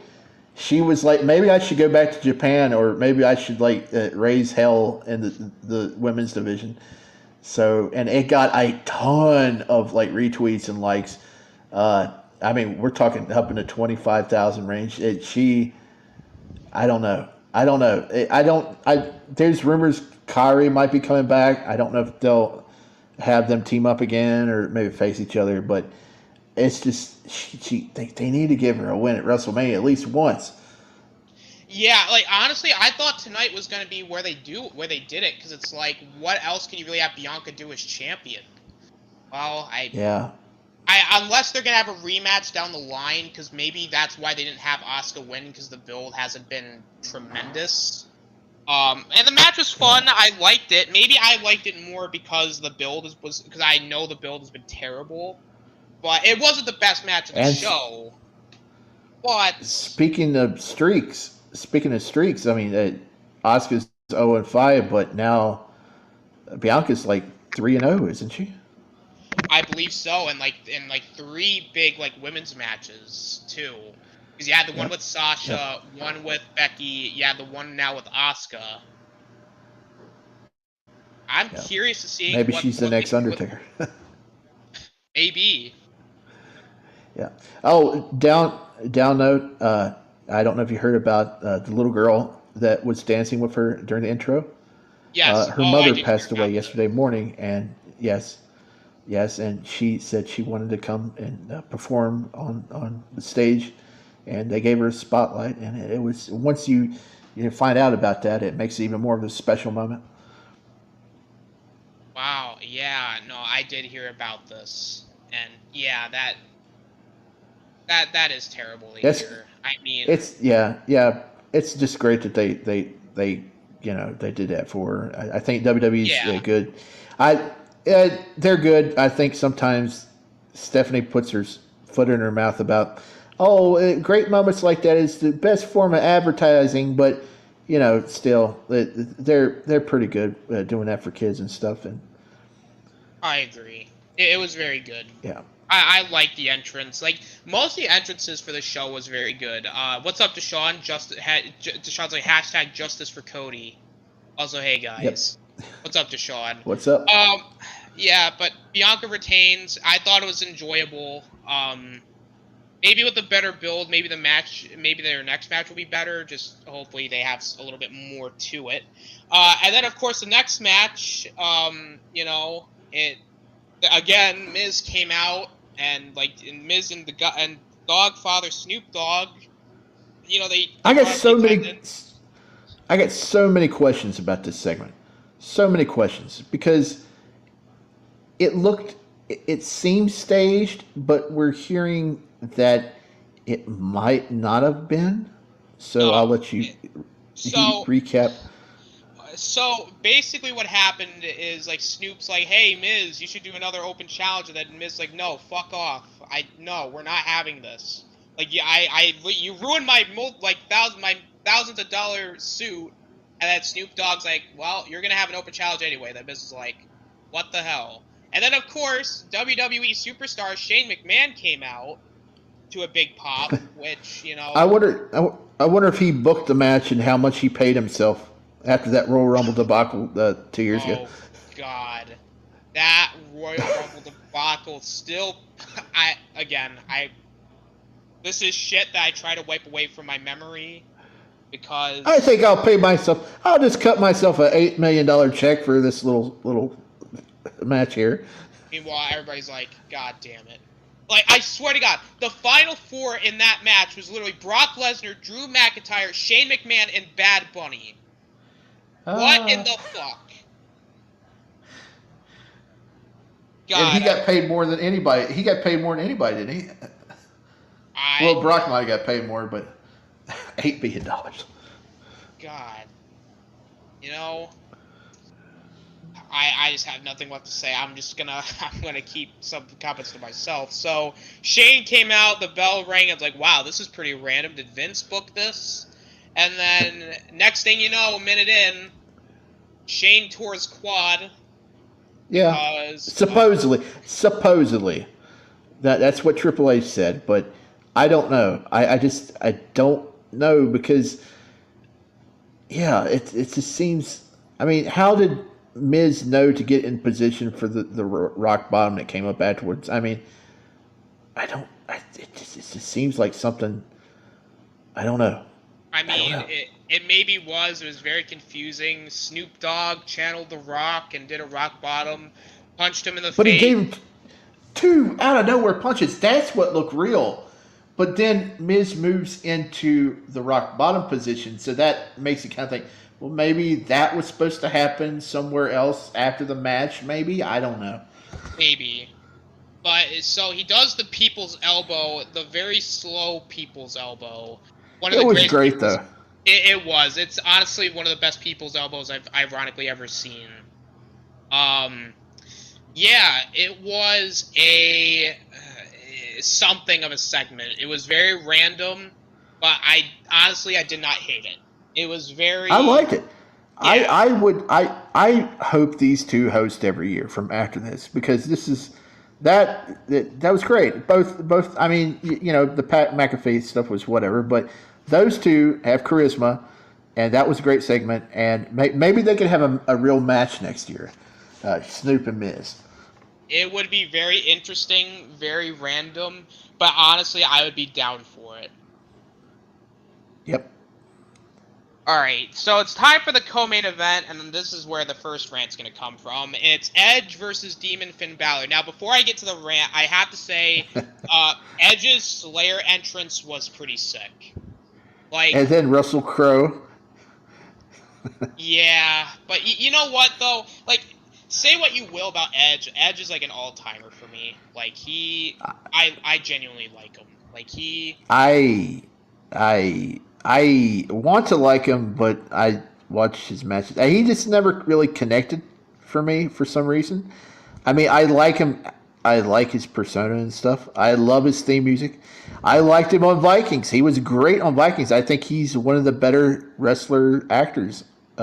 He fit that role perfectly that when he was on Vikings. And I loved that match they had at the Elimination Chamber, the mixed tag team match. yes. That was fun. That was great. But Edge doesn't really click with me. But that's neither here nor there. I think he clicks with me because, like, I grew up watching him. Like, he was, like, one of the first wrestlers I watched. Like, because I didn't have cable back in the day. Like, it was, like, we had the wrestling DVDs, and, like, I think, like, one of the few DVDs we had was, like, Edge, and, like, I think it's just the nostalgia, but, like, Edge is just one of my favorites, personally. Yeah. Like, and, like, I can I understand agree. The theme music's great. Like, the entrance was cool. I was like, all right, this is kind of dope. And I was like, but then, like, the whole Russell Crowe entrance was, like, the Russell Crowe. Like, honestly, it's, again, very random, but I was kind of cool with it, because it's like, oh, Russell Crowe, holy shit, that's pretty sick. And bringing back... Edge, you're the last savior of Krypton. It's like, Edge, we need you to save Earth from Zod. Yeah. Oh, So- yes. Here we go. Here we go. Start the rant. Here we go. Well, but the last thing I want to say is I like that they brought back the OG Hell in a Cell. Fuck the Red Cell. Oh God, I saw that. Yeah, I wasn't watching at the time, but what were they thinking with that red Hell in a Cell? I don't It looked like it know. was made. It looked like it was made of plastic. It probably was, and I wouldn't have doubted it. But here comes with this rant, right? So the demon's entrance starts, and I'm like, oh, the purple lighting, that's kind of cool, because, the Judgment Day stuff. First of all, the fucking arena's still light out, so I'm going, wait, how are they going to do this? So, and, the paint looked cool, because you had, like, the red and the purple. I'm like, oh, that's pretty sick. But I'm like, wait, there should be, like, the fucking smoke, it should be dark, like, you should be able to see them. And then, like, you see him, it's like, oh, that's cool, I guess. And then he's got fucking smoke. He's got like those little smoke bombs things. Yeah. Well, I mean, you didn't expect him to crawl his ass all the way down that long ramp, did you? No, but what? Why? It was so lame. Like, his entrance like a few years ago was cooler than this. Like, why? Like, it's like, I like Finn too. Like, I like the demon. The demon's so cool, but it's like, fuck, the entrance sucks.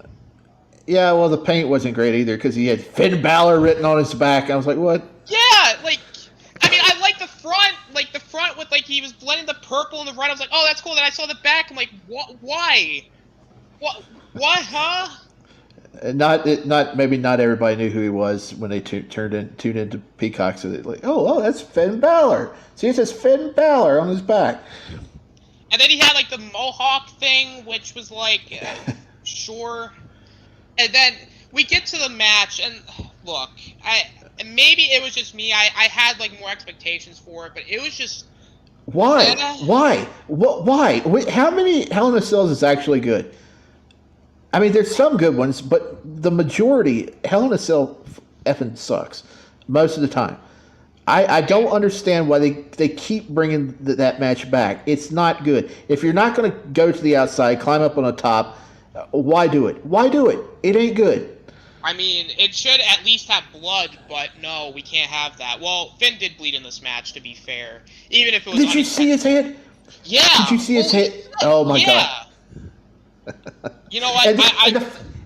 And the fact that they said that they didn't know that he was bleeding because of the face paint, it wasn't until the mat started collecting blood on it that they knew that he was bleeding that bad.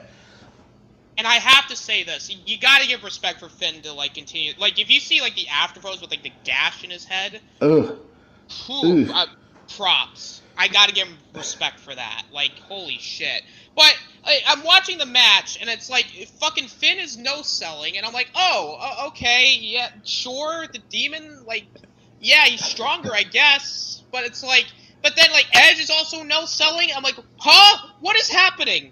Wait, this is, he's just normal Edge now. He's not Brute Edge anymore, he's normal Edge. It was a 2K match, came to life.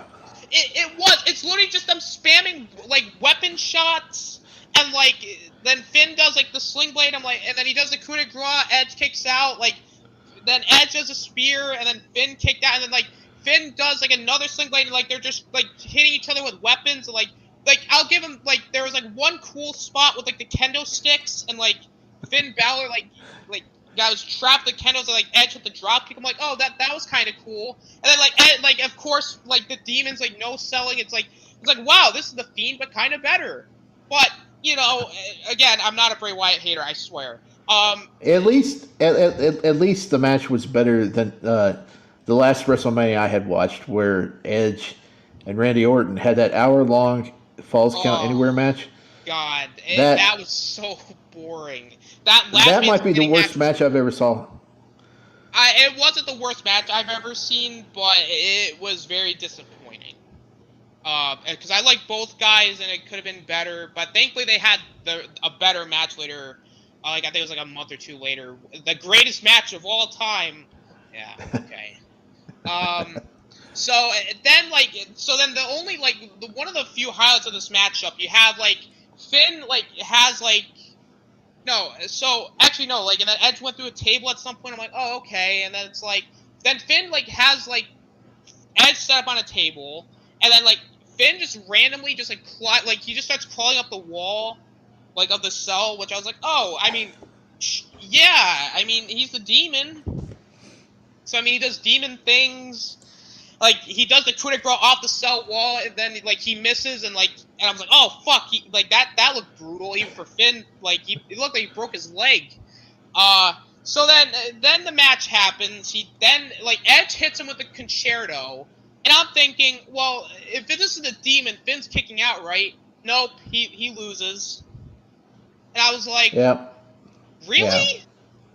Yeah. Like, again, I'm not saying the match is bad, but it was just like, it was, and I agree, it's a 2K match. That's what it was. A 2K match come to life. Like, it had good moments, but fuck, this should have been a sign of things to come here with this main event. I actually fell asleep during it. You know what? Shifty, I don't blame you. I really don't. Like, and again, I like both guys. I think the match was fine, but it was just like, and I say this out of anger because it's like, I expect better. You know what I mean? Like, it was fine, but nothing. Let's see here. I didn't watch NXT. Is this Demon different from the NXT one? Yeah, pretty much. I mean, because, you know, the Demon in NXT was cool, and then he went up to the main roster, and then, like, I don't know if you saw the clip, Shifty, but he had a match against Roman Reigns at, like, Extreme Rules one time.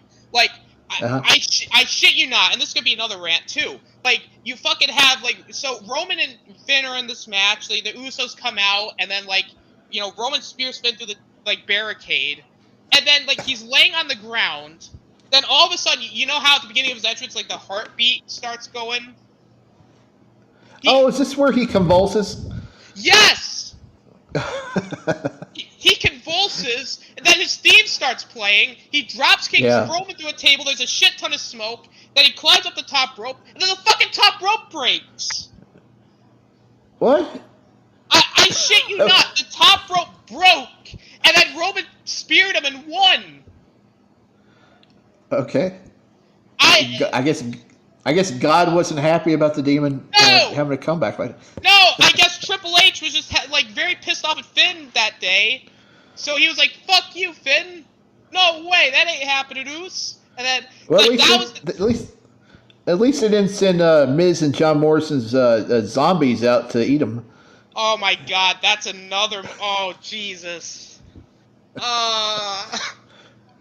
I just try to forget that, like, just shit like this, because this is what happens. I should do a stream where I should do, like, the top 10 moments in wrestling that just, like, drive me up a wall, and it's literally, like, Katie Vick.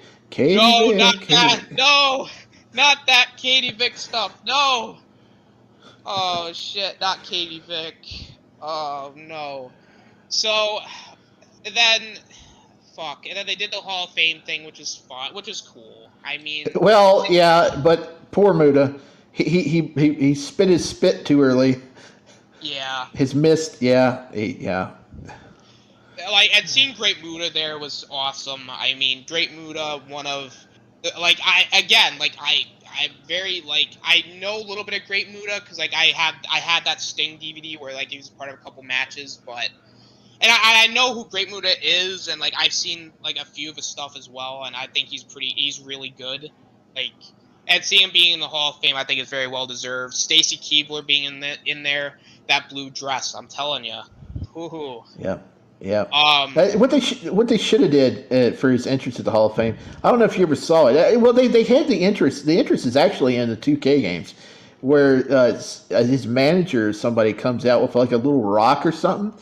And he throws that rock down, and then smoke comes up. And then he comes out like a genie or something. It's badass. It is actually a very sick entrance. I'm not gonna lie. And then they had Andy Kaufman in there, which again, very well deserved. Like, he was a big part of wrestling at that, like, in that era. Tim White, very underappreciated ref. What is it going to take to get Bam Bam Bigelow in the Hall of Fame? I mean, come on now. They finally put Vader in, like, last year or the year before, but Bam Bam needs in the Hall of Fame. You know, at this rate, it probably won't be until, like, 33 that he'll be in the Hall of Fame. Damn it. Okay. Hell, he should get the Warrior Award just for that time where he ran to a burning building to save them kids. I mean, yeah. Hell. And Bam Bam Bigelow actually main evented WrestleMania too, so it's like yeah. And then he had that great match with Taz and ECW. Yeah, and he was ECW World Champion at one point, and, like, he was WCW Tag Champ. I mean, he did enough in wrestling to, like, earn something. Yeah. It's like, man, it's fuck. Like, hashtag Bam Bam Bigelow for the Hall of Fame. Yeah, I'll have to get that going next year. But now it's time to talk about. Well, actually, I wanted to say, too, Rey Mysterio going to the Hall of Fame, very well deserved. I mean... Yes, definitely. So, I mean, there's really not much to say other than that's very well deserved, because the main event of this paper... Look, okay. So, Cody Rhodes, Roman main evented this show, and I'm going, okay. Part of me is like, look, I'm a big Roman fan, so like I kind of part of me wanted him to win, but then another part of me is like, fuck, like we're like going on 3 years with him as champion. I'm like, something's got to give, and like Cody came out and like the crowd was like doing the whoa, and then like, it was so loud. There's so much pre-stuff we gotta go over because, like the stats, man. This was like they said the first time a champion who's in a single reign has main evented or had the belt 3 straight WrestleManias. Hogan never done that. Nobody has done that to where they were the champion in one reign for 3 WrestleManias. That's crazy. And they listed 4 guys. There's only 4 guys ahead of him with a longer reign. It's Hogan, Pedro Morales, Bruno Sammartino, and Bob Backlund. That's nuts. That's nuts. It's insane. Almost 1,000 days. He's definitely going to get to that record. Oh, he will. And then you got Cody Rhodes, and I understand why they don't go into everything he did when he left the company. But his story, and they talk so much about his story is so much better than what they make it out to be. He left the company after being like a gimmick character. He goes to Japan, he refines his craft, he finds himself, he goes back to the States. He creates the biggest rival that the WWE has seen since WCW. He does all of that, and then he returns home. I mean, why? I mean, just go ahead and mention that. I mean, I know you don't want to drive people over to AEW. People know about AEW. You're not driving anybody over there. Just tell what he's done. Tell what he's done. The story's so much better than what they made it out to be. Exactly. He's like the first ever TNT champ over there. Like, he was a former Ring of Honor champ. He was like he's a former NWA World Heavyweight Champion. It's like, you know, and I agree. Like, the story was so much bigger, and it like this main event, and I'll give him this. This main event had like that feel of like you don't know who's going to win, because either way it could have went either way. Yeah. And it was like, oh shit, this is cool. And then it's like Cody had the pyro, and I'm like, oh, this is epic. And then Roman when Cody had his entrance, I mean, that entrance, you had a feeling there that he might have I thought he was going to win, because he's sitting there, he's holding his baby, he's kissing his wife, and then they mentioned that's Luke Harper's kid sitting there that he gives his weight belt to. I mean, how is he not going to win the match? I mean, how do you do that and then not have him win?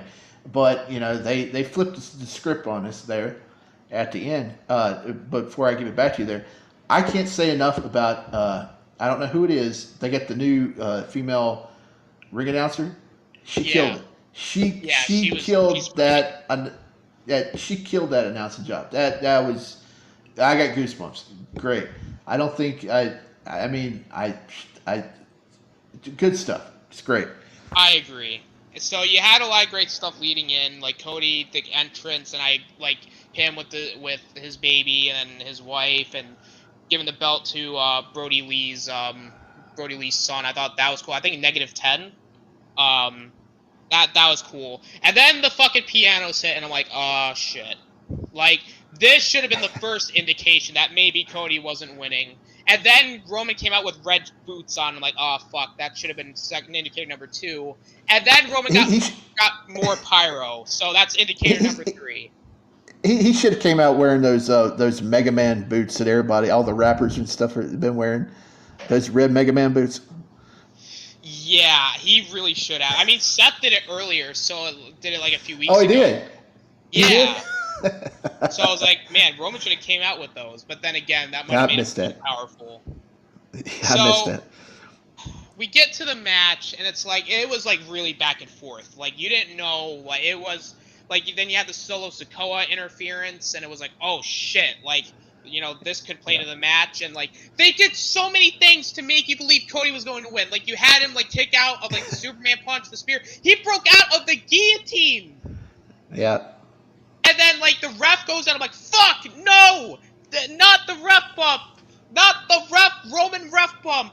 So then the Usos come out, and I'm like, fuck, they're not doing the J double turn. Fuck. this is not going to end well. So then Sammy Kevin come out after the 1D, and I know I'm skipping a lot of this match, but there was like an announce table spot where like, you know, Cody was gonna Roman was gonna put Cody through the table. Roman went through the table, and it was like, fuck, like there's so many moments of this match. Like Roman's like cocky and arrogant, like he's just smiling throughout. Like he even like did like the whole acknowledge me thing before the match to be an asshole. Like I thought Roman was literally gonna be like, yeah, Cody, you know how I'm gonna put 2 belts on the line?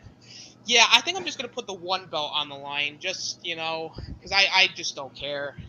So I thought he was gonna do that. He was being an asshole about it. Like Cody's like, you know, trying to fight back from underneath. But, like Cody, it's like you think he's going to win, but then the ref bump happens. And, like he hits a crossroads, and the Usos come out 1D, and then Kevin Owens and Sami Zayn come out, and like they hit the Helluva Kick like stunner combo on Roman Reigns. Like, oh my god, it's gonna happen, and then Cody does the bionic elbow, and it's like, oh my god, he's actually gonna do it. And then he hits the 2 crossroads, and then like Paul Heyman came out.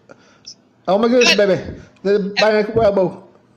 And then fucking Solo came back out after he gets ejected. Samoan Spike, Roman bounces off the ropes twice, spear. That's it. Yeah. No another kick out to like make Cody look even stronger. Nope. Yeah. It was the Samoan Spike, spear. Roman retains again, 3 years in a row. And on the one hand, people were pissed. People were pissed. Holy shit! Twitter was up in a shitstorm after that. Yeah, but they had like the reaction videos of people in the arena. I mean, God, there's this one dude up in the stands. He was just going nuts. He was like, "Oh no!" Honestly, I wouldn't have been surprised if there were a chance to restart the match in AEW chants. Fuck it. Okay, before I get into this angry rant, I just want to say I understand maybe, like, I'm going to look at it from this point of view. I understand maybe that there's a bigger story with Cody losing. That's what Triple H said in the press conference. He said the story just keeps going and never ends, and there's a reason why they did that, and you'll see why. It's like just let it build. That's what he said. Just let it build. And I can see where it's going, and we'll talk about that in just a second. Yeah, but first I want to get to some of these chats. You sound like an idiot. Well, thank you, sir. I am an idiot. Yeah, thank you. WWE's fake dudes. Which one of us sounds like it? Is it both of us? Oh, it's for sissies. Oh. Wow. Wow. I'm a big old sissy then. There's nothing nuts about it. Yeah, maybe not. Let's see here. Don't trust this guy. Watch MMA. That's real shit. Well, you know what? UFC just partnered up with WWE today, so maybe we'll see some MMA in the WWE or some WWE in the UFC. Who knows? Yeah. With this merger, I think that some interesting stuff will happen. WWE is fake. I'm pretty sure you said that earlier. Well, it's scripted. I mean, it's scripted. I mean, but a lot of the stuff they do is you can't fake getting hit over the head with a ladder. I mean, my God, we got proof of that. Finn Balor with that gash in his head. And then Don't Trust says, ha ha ha, what the fuck, you all are serious. Yeah. A little bit. Hey, but after the match, I was expecting a dusty finish. Honestly, I would have preferred a dusty finish. Or actually, no, I would have rather just, again, I understand Unleash the rant. Look, I understand the point of view of, Cody maybe winning here would be kind of like, it's underwhelming of sorts. Which, to an extent, maybe they're right. And plus, Roman getting to 1,000 days would be a huge deal. But, why? This was probably their only best chance of having, a crowd that hot. And having Cody probably at his hottest, win the belt. But But what do you do after that? That's the thing. The I don't chase, know. the chase is it's all about the chase for I baby agree. faces. And see, I agree So with that too. But here's the dilemma, though, as well. Like, it's been rumored that Roman Reigns is going to be going on break after WrestleMania. yeah. So, you mean to tell me that the WWE is really going to go 3-4 months without a champion? Well, here's what I think is going to happen. I think Rock's going to show up tonight. And I don't know, because they filmed that thing for his Moana announcement in Maui, so I don't know when that happened. But I think they're going to do a year-long build for next year's WrestleMania between him and Reigns. I think he's going to have a face-off tonight, and they'll set it up for next year. Reigns is going on a break, but like I said, this summer they gotta have him and Gunther go up against each other, streak versus streak. It's got to happen. If it's not Cody, then you have to have it be Gunther, because who else is believable to beat him? Yeah. So you know, and the thing is, you need somebody to beat him, because Rock don't need the title when they eventually face off. So just have Gunther take the title off of Roman, and that would make him even huger than he is. And then, there's a lot of different routes they could go with. And I agree that if I would like to see Gunther, but at this point, I wouldn't necessarily mind it being Cody, but now it's it wouldn't really feel the same. Because now the crowd, because you're going to do it at a lesser pay-per-view, not saying SummerSlam's not important, but compared to WrestleMania, we're really going to have Roman drop the belt. Then you do that, and then you have the payoff to the story, and have Cody take it off Gunther at next year's WrestleMania. But in the meantime, you have Solo Sikoa that Cody can face off against. You have Jay White. I know some people are saying that he's going to go to NXT. I think he's a little bit too big for NXT. I think he's going to go right to the main roster. So, and plus, Bullet Club, I mean, that's kind of history there. I don't think they weren't there around in the Bullet Club at the same time, but I think I think Jay White's going to be on the main roster probably tonight or Friday, and he may be going up against Cody. But Cody has all the reason to have a feud with Solo right now after costing him the match last time. I predict that if Roman's going to break, it's probably going to be a 6-man tag at Backlash with the Bloodline, which is the Usos, and Solo versus Sammy, Kevin, and Cody. That's where I think it's probably going to go. Here's the crazy prediction that probably it ain't going to happen, but there's been rumors that one Kenneth J. Omega is possibly considering coming to the WWE once his contract's over. And the Bucks contracts are probably going to be up around the same time. That's 3 guys that have ties to Cody. 3 guys that could face off against Roman, Solo, and the Usos. So, maybe around Survivor Series that could happen. It all depends on if they're going to stay or leave AEW. I think it also depends on when their contracts run up. I think it's soon, from what they've been talking about in the dirt sheets. But, they're the dirt sheets, so who knows? Could be possible. Nightcrawler comes in. I think the Hell in a Cell injury is the reason why Cody didn't win at Mania. There was just no chase. Yeah,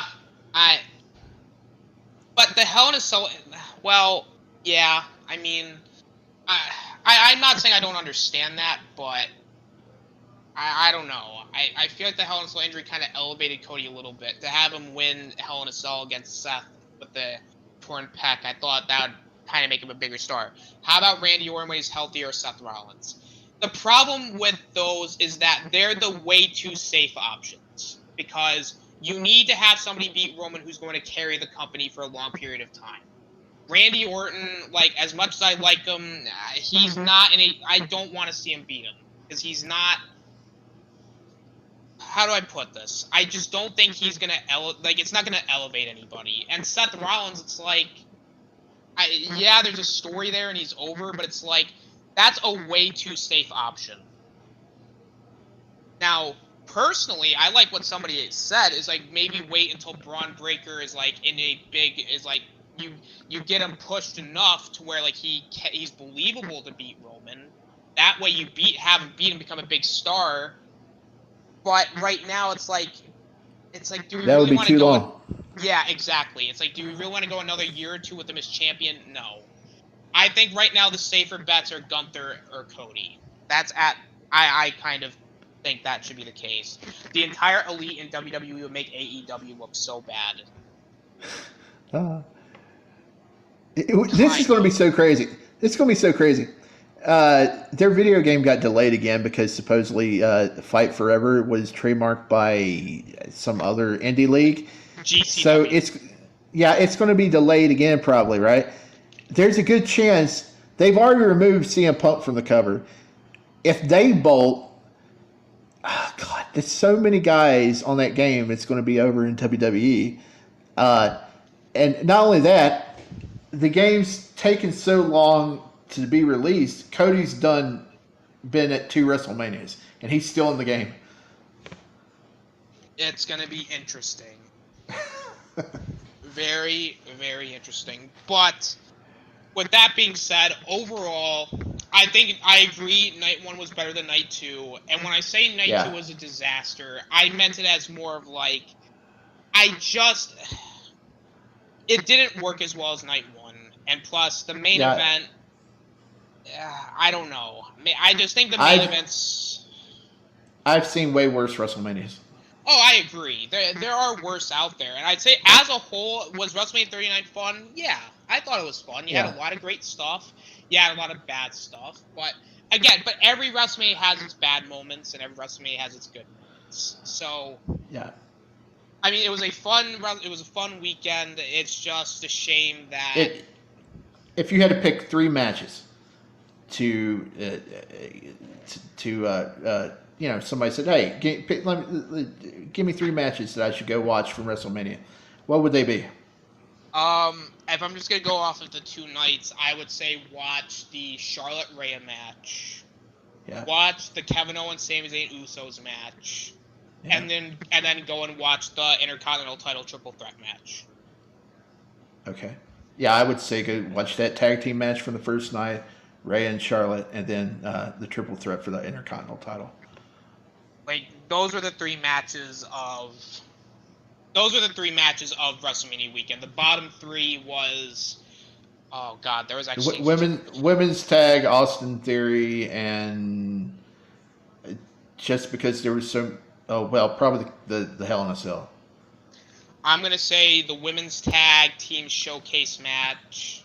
I would even say, you know what? I'm going to put, this is tough because there was a couple of them that were not great. I agree, Theory, Cena.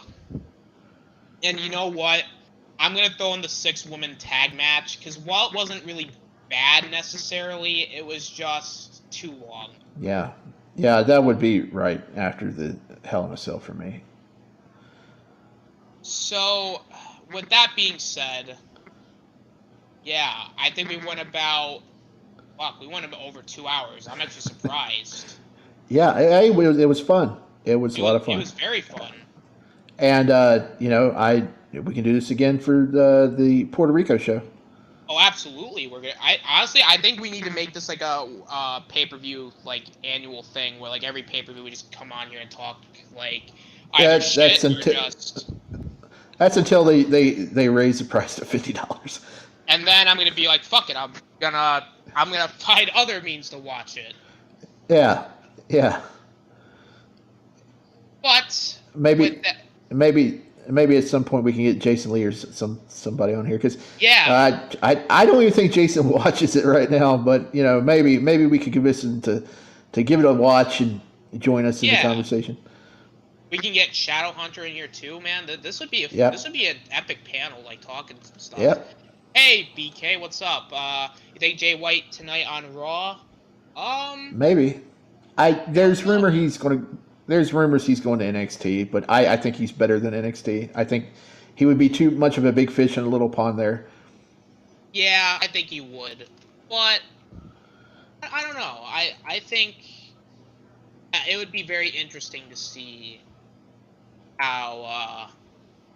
It'd be very interesting to see what happens with Jay White going. Either he goes to AEW or WWE. Like it's very interesting right now. So, yeah. That being said, though, guys, we are over 2 hours. We are gonna head out. I want to thank BK, Nightcrawler, even Don't Trust This Guy, Deshaun. Thank you guys for coming in. I appreciate it. Even you, Don't Trust This Guy. I'm gonna Shifty. Thank you again for coming on. This was very fun. Yeah, thanks for having me. Yeah, and I can't wait to do this again for Backlash. I'm going to Shifty. Just tell everybody where they can find you at. You can find me on the Twitter. All right, fair That's enough. about it. Good deal. Good deal. And you guys can find me on my stream where.